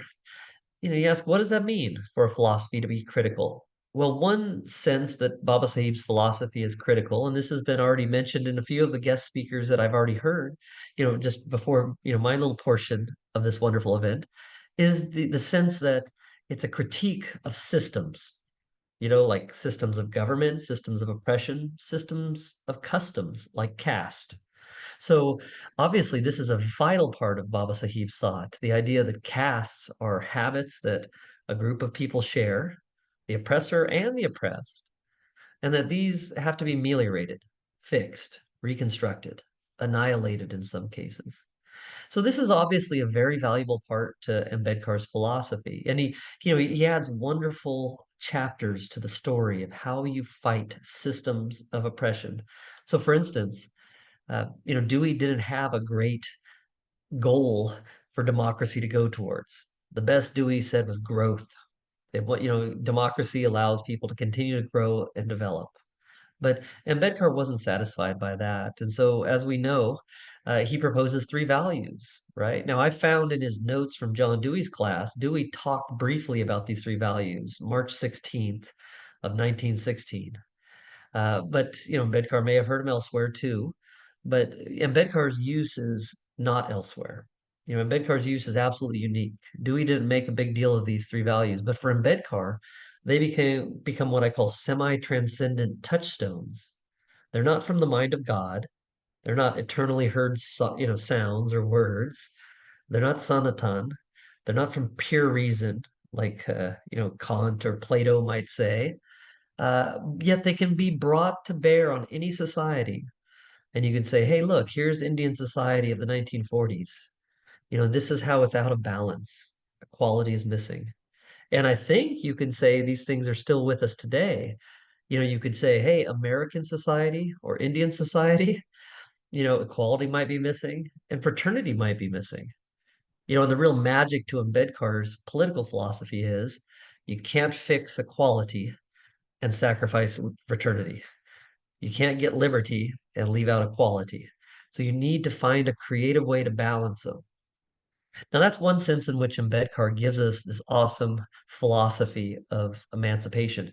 But there's another sense, and I'll end my last, 4 or 5 minutes on this. But this is something I think a lot of Western scholars miss. Okay, now I read a lot of other, folks in India, other folks in America, and I read them what they have to say on Baba Sahib, and it's all useful to some extent. But one thing that continually kind of falls out of the discussion is his conversion to Buddhism, his advocacy of Buddhism. Now, I think, and I argue this in my book, I think he was committed to Buddhism very early on.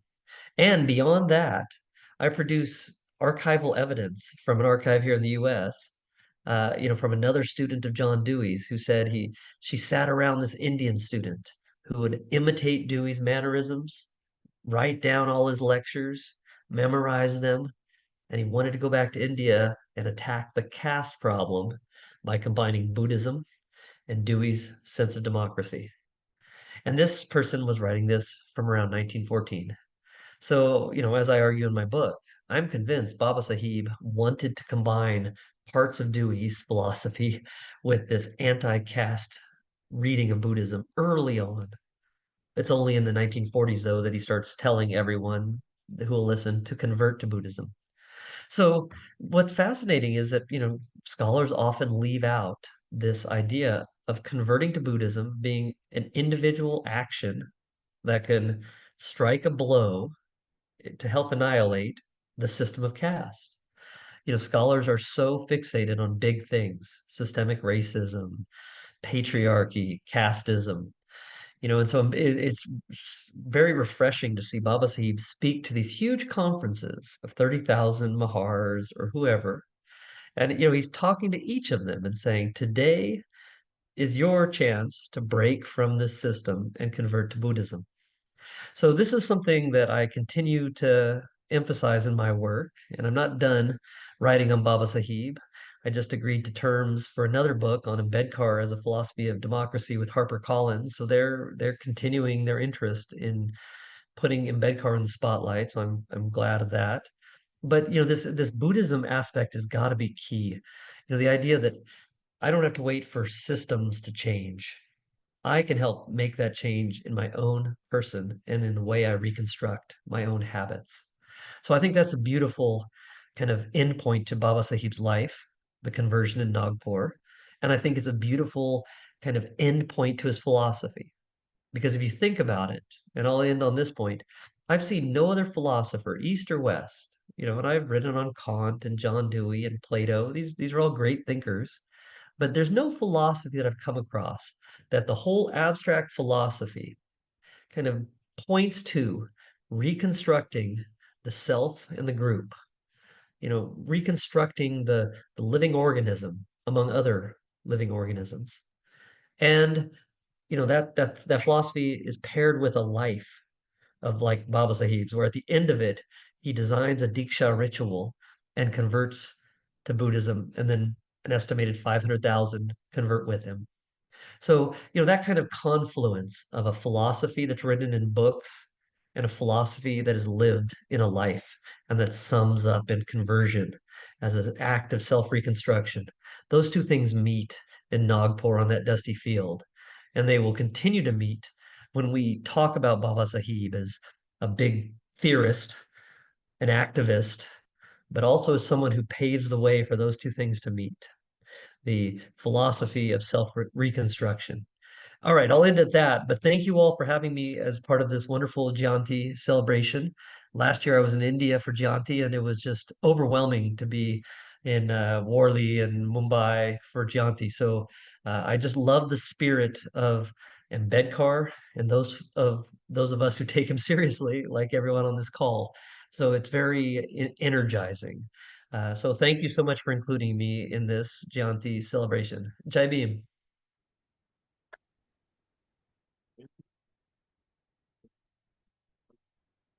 Wonderful. We understand that democracy and Buddhism is something which cannot be covered in short time, but we really appreciate shedding light on it.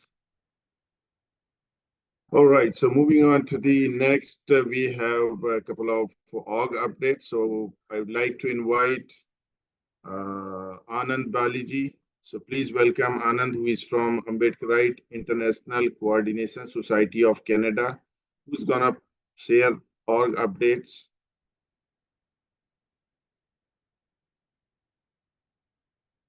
Anand Baliji.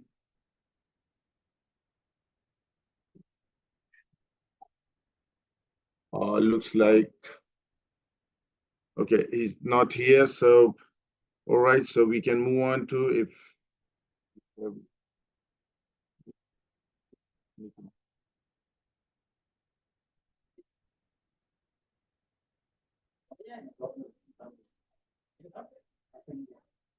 All right.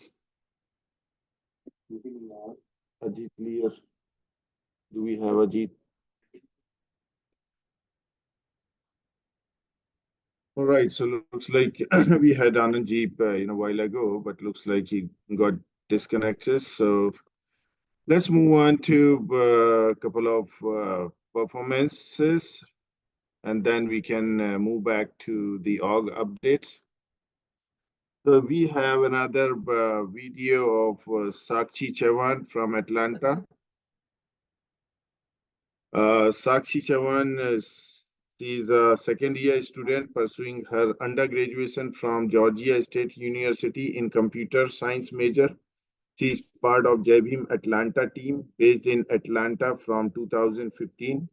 She likes to dance and has won few inter-university tournament awards in badminton. She is going to share her thoughts on the special occasion. So let's hear it out. I'm gonna play the video.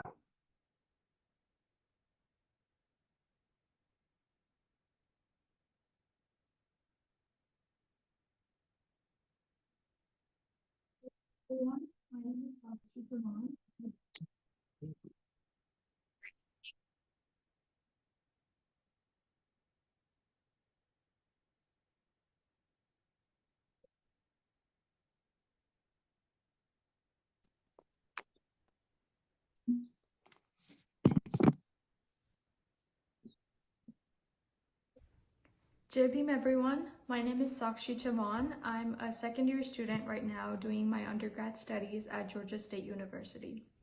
I welcome you all to this occasion of 133rd birth anniversary of Babasaheb Dr. Bhimrao Ramji Ambedkar and the 198th birth anniversary of one of his three gurus, Mahatma Jyotirao Phule. Friends, keep the lamp of spreading awareness of Babasaheb's movement of liberty, equality, fraternity, and justice ideology always burning. As we know, Babasaheb Ambedkar was against the hero and idol worship. So for us, Babasaheb was not just an individual, is not just an individual, but he's an institution. Every year we meet on this same day to renew our vows, to remind us to pay back to our society. While I respectfully salute all our elders to keep this movement running by hosting events such as Jayantis to celebrate our forefathers and foremothers, I feel the following are also a few of the basic needs that our Ambedkarites of America can try to aspire for. 1. Build a state-of-the-art Bahujan social media platform with at least 10 million international subscribers in the lines of channels like the National Dastak, NPR, and more. 2. Build and maintain a good print media platform with our own printing press to publish magazines and books, along with our well-maintained website, in line with the Bharat Bhushan printing press created by Babasaheb Ambedkar himself. 3. Build North America-wide university-based a strong volunteers network. Make Bahujan literature like Babasaheb Ambedkar's writings and speeches available in every single university library in North America to encourage their students, professors, and staff towards research and activism on Bahujan literature and rights. This is in line with the Samata Sainik Dal and the People's Education Society created by Babasaheb Ambedkar. 4. At regular intervals, hold big Bahujan festivals and gatherings in the USA to build our strength and collaboration. An example is the International Dalit Film Festival that was held in 2019 in New York to inspire our youth to bring out their best and create an independent platform for our voice, art, and rights. This is in line with the scheduled Caste Federation Conference organized by Babasaheb Ambedkar with over 25,000 women and 50,000 men in 1942. 5. Build our own pool of full-timers, professionals, professors, activists, artists, and more who will work 24/7 to create and run new universities and schools to teach our youth. In line with colleges like Milind and Siddharth College created by Babasaheb Ambedkar. We can understand that building these take time and effort, but what's more important is the foundation that is built that our next generation can look up to. Together, we can. Thank you. Jai Bhim, Jai Bharat.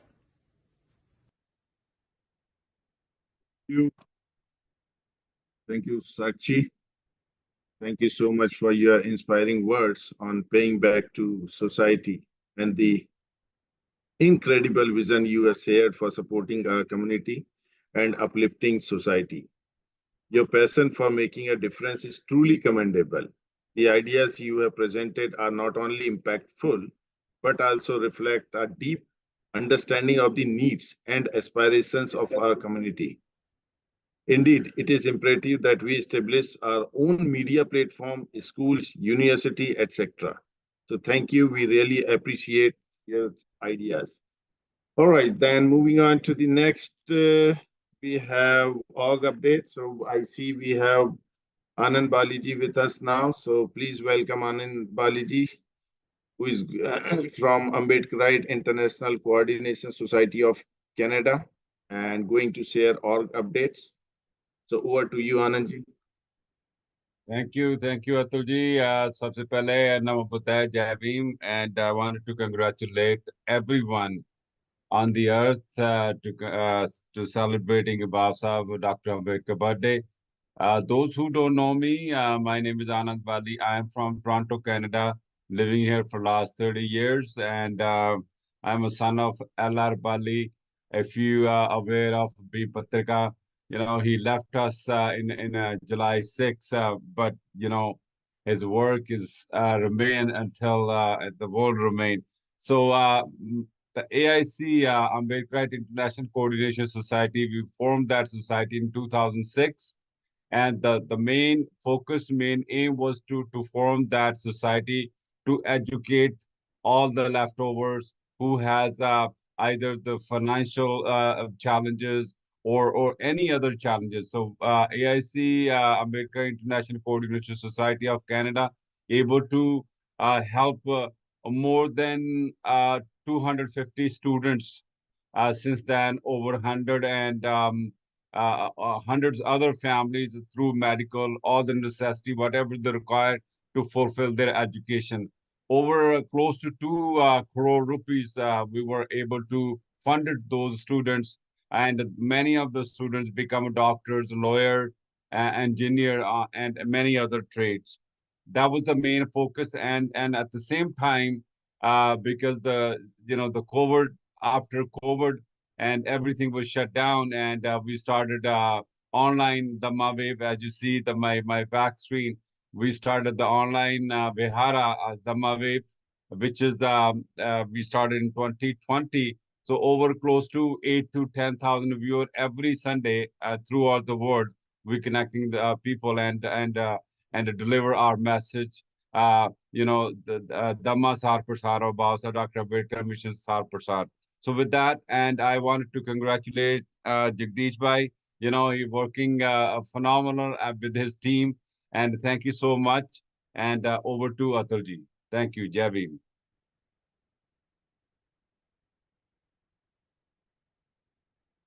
Atulji, unmute yourself, please. Yeah, thank you, Anandji. So moving on to next.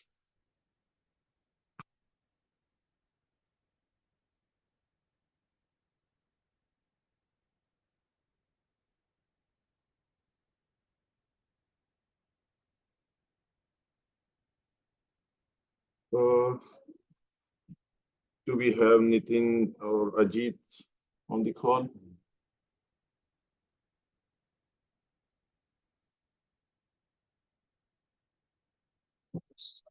Nitin or Ajit, is there on the call? Yeah. Okay.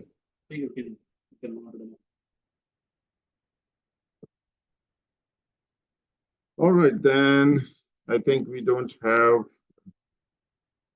two more org updates. So let's move on to the next participant. We have Sravasti Mohite from Nasik. Sravasti will introduce herself. So we have a video. So I'm gonna play the video.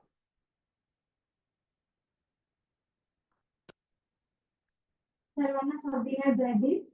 सर्वात प्रथम doctor Babasaheb आंबेडकरांच्या 133व्या जयंती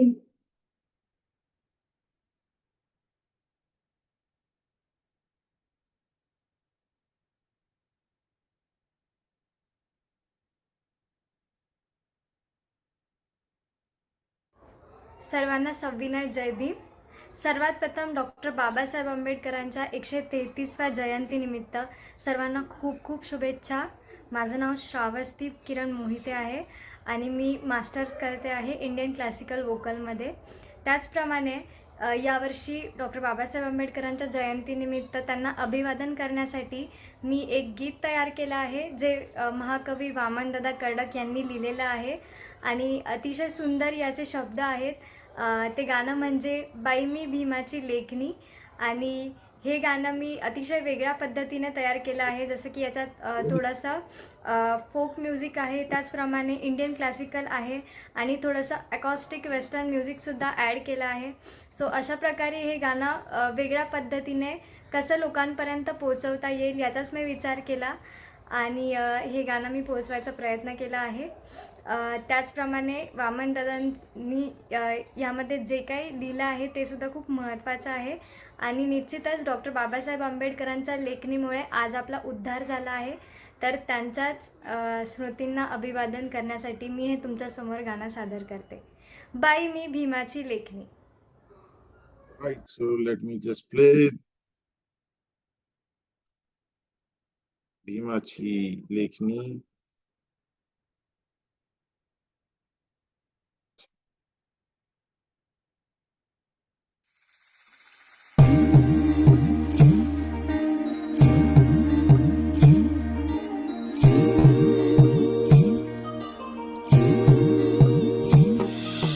जगातली देखणी, जगातली देखणी, आहो जगातली देखणी न बाई मी भीमाची, भीमाची लेखणी न बाई मी भीमाची, भीमाची लेखणी न बाई मी भीमाची, भीमाची लेखणी न बाई मी भीमाची लेखणी. जगातली देखणी, आहो जगातली देखणी न बाई मी भीमाची, भीमाची लेखणी न बाई मी भीमाची, भीमाची लेखणी न बाई मी भीमाची लेखणी.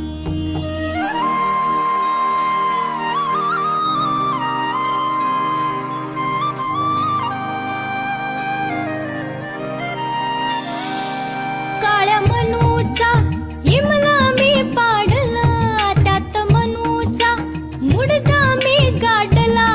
काळ्या मनूचा इमला मी पाडला, त्यात मनूचा मुडदा मी गाडला. मुडदा मनूचा, मुडदा मनूचा मीच पाडला रणीन बाई मी भीमाची, भीमाची लेखणी न बाई मी भीमाची लेखणी.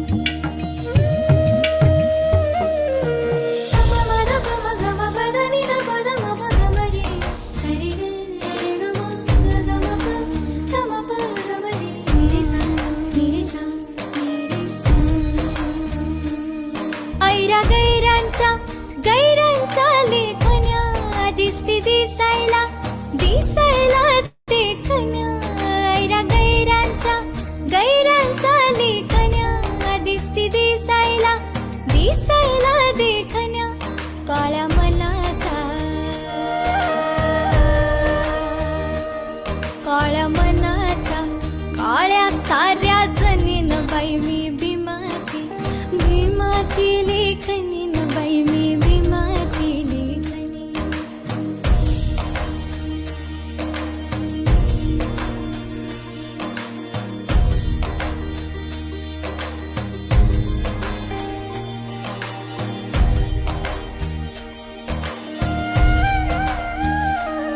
साथी रमाचा वामनचा सारथी, त्या बलभीमाची झाली मी भारती. साथी रमाचा वामनचा सारथी, त्या बलभीमाची झाली मी भारती. झाल्या भीमाच्या,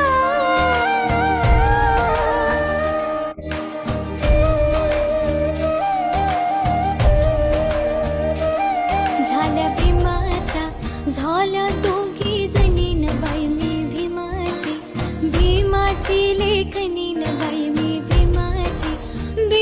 भीमाची लेखनी न बाई मी भीमाची, भीमाची लेखनी न बाई मी भीमाची लेखनी, भीमाची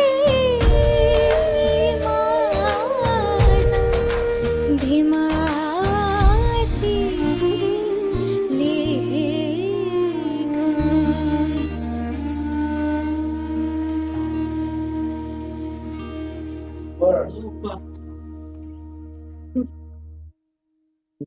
Thank you.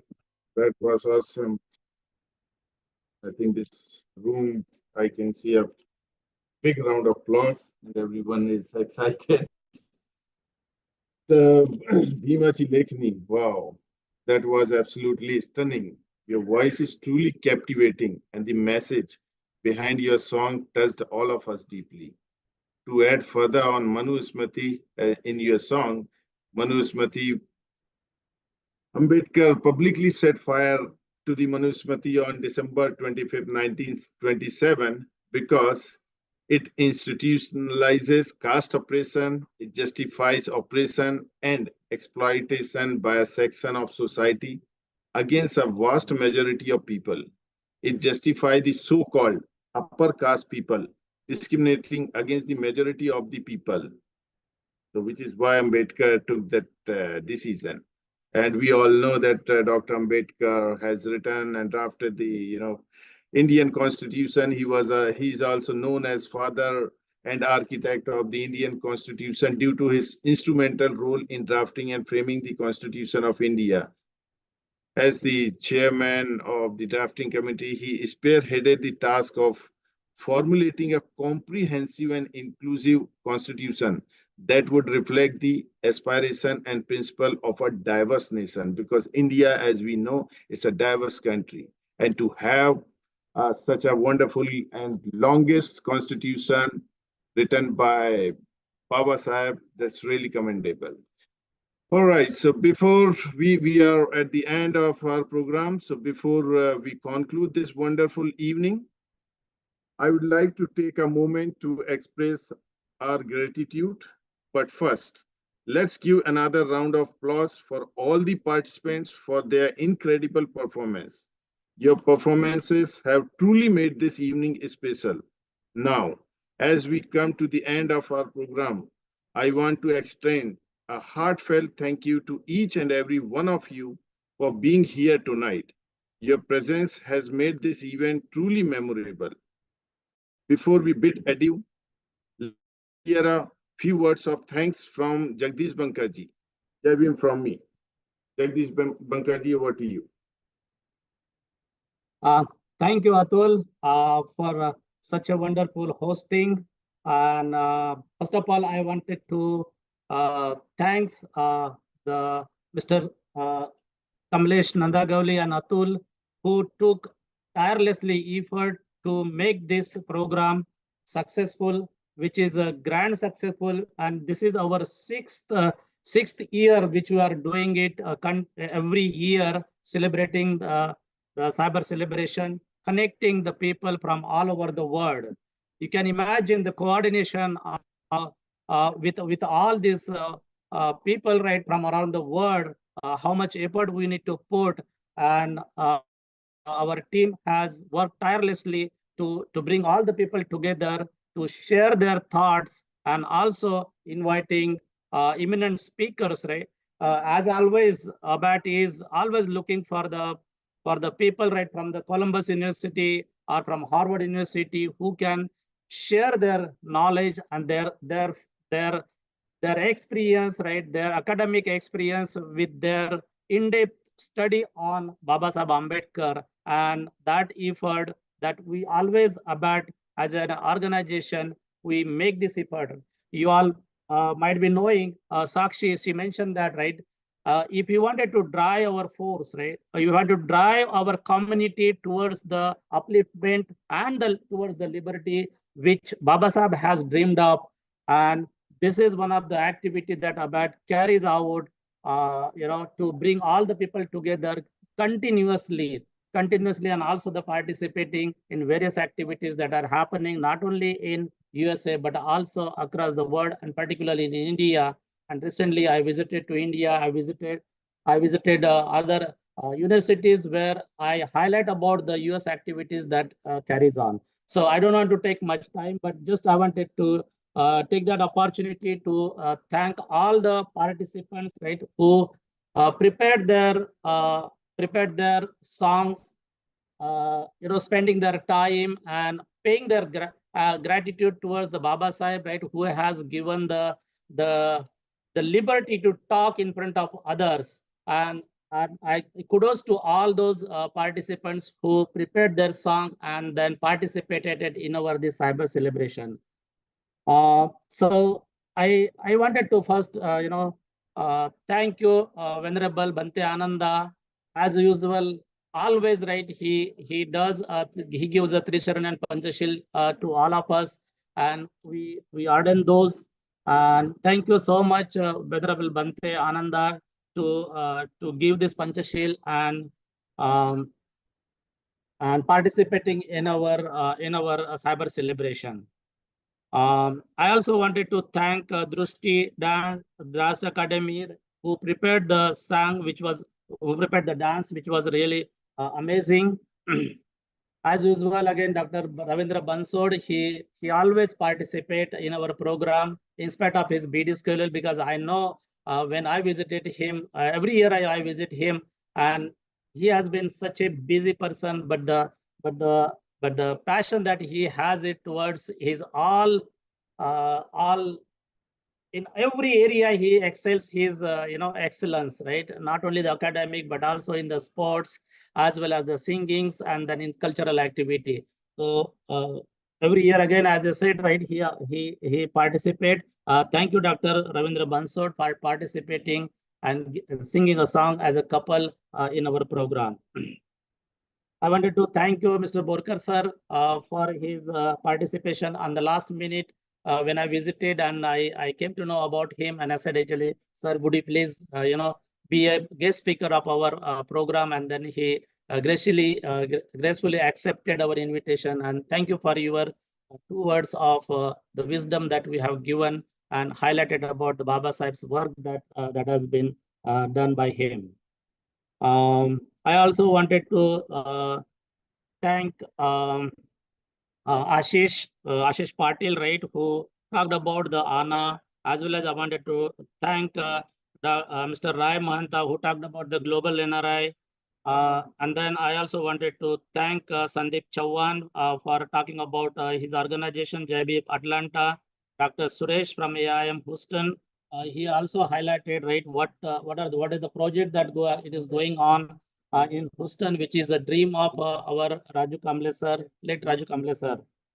We are going to build a research center over there. So thank you, Dr. Suresh, for highlighting that initiative as well. Also, I wanted to thank Hemant Chauhan from the Boston Study Group, right, who are continuously publishing the magazine, where highlighting the activities done by the different organization, as well as, right, what is going on in the United States.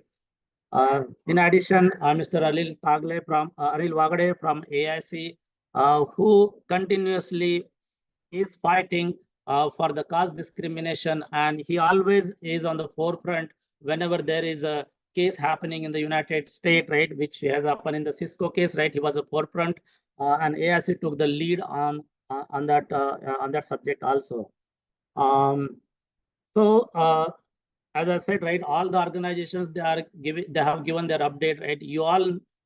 You might have seen that how in United States, all our organizations are working together, and our goal is to bring our society to that level what Baba Sahib has dreamed of.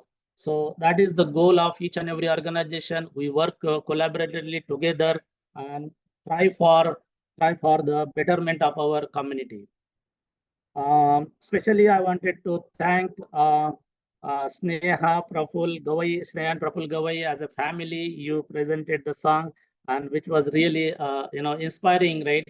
How as a family also can participate, as well as, right, from the heart, from the bottom of their heart, they wanted to wish all our Ambedkarite community, and um, um, and wishing all the people in an entire community. So again, the Sakshi Chauhan, who also talked about the various activities that we need to carry out to pay back to the society. And I think, doing all the things regularly, that will definitely bring the impact to our society, as well as, right, it will be highlight to the other people that what the community can do the best. Again, not the least, but the last one, right? Shrashwati Mohite. What a wonderful song that she has prepared it and sang. The meaning of that song on the Ramabai, definitely it was like it's a heart throbbing to think about, right? How how one can project ourselves, right, to the depth of, right, what Ramabai has compromised to get into the Baba Sahib's mission. So with this, like I wanted to thank again at the last to everyone. This 133rd birth anniversary of our Mashiach, Dr. Baba Ambedkar. I wanted to wish everyone, and also they are celebrating, and they should continue to do the same thing in their areas. So with this, I wanted to conclude my vote of thanks, but I wanted to open a forum to everyone.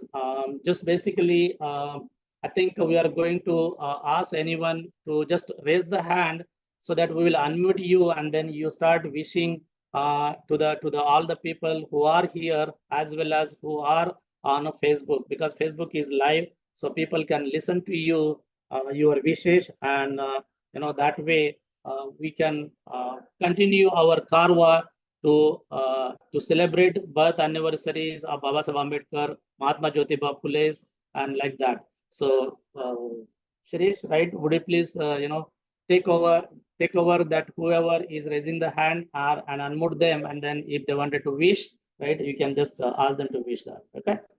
Thank you.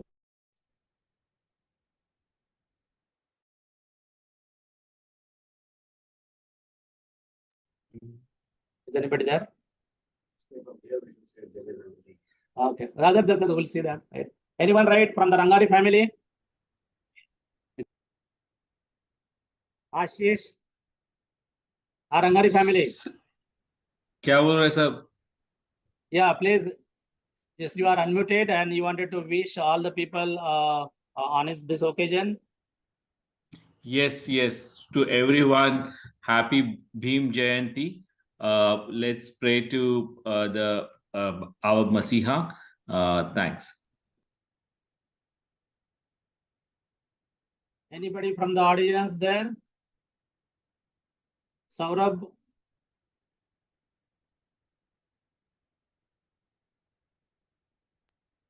Hello. Hi, Jagdish.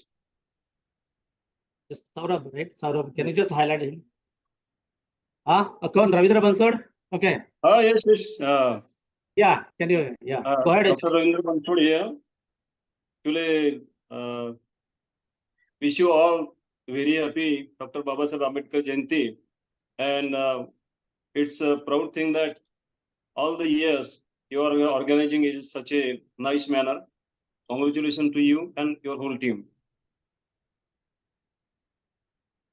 Thank you, Dr. Ravindra. As usual, right? Always you participate, not only just as a participant, but also you participate in this program by contributing through the songs or through some small speech, something like that, right? So, Dr. Ravindra Bansod, he is associated dean in the Agriculture University in Pune.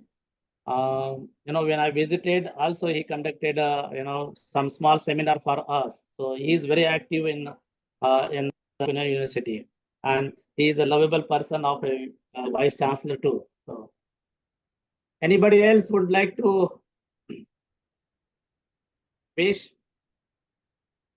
Rajesh Bhivagade.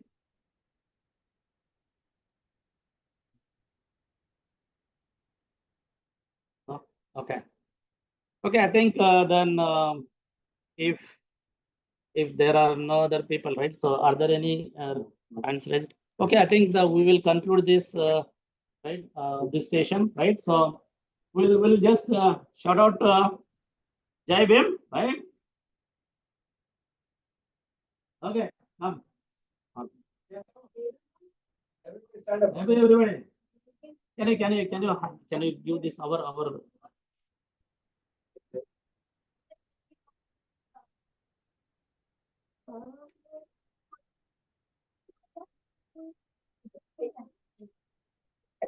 hello all. Hello all. This is from Dallas, McKinney, Texas, right? So we all families, about 15 families gathered together, and we have conducted this program from Dallas, Texas. So just wanted to say finally, right? Say Jai Jai Jai Bhim, right? That is what we are going to shout out. Okay. Ready? 3, 2, 1. Jai Jai Jai Jai Jai Bhim. Jai Bhim. Jai Bhim, Jai Bhim. Jai Bhim. Jai Bhim. Jai Bhim. Jai Bhim, Jai Bhim. Thank you all.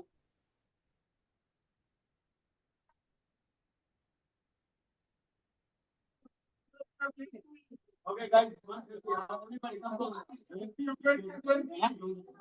Recording.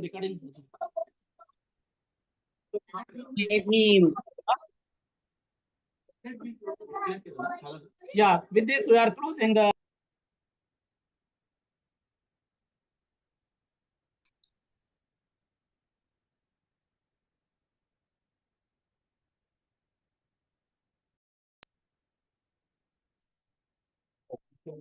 All right, so thank you everyone once again, and happy Ambedkar Jayanti to all of you. And here we are ending the call. Thank you, Jai Bhim. Namo Buddhaya. Jai Bhim.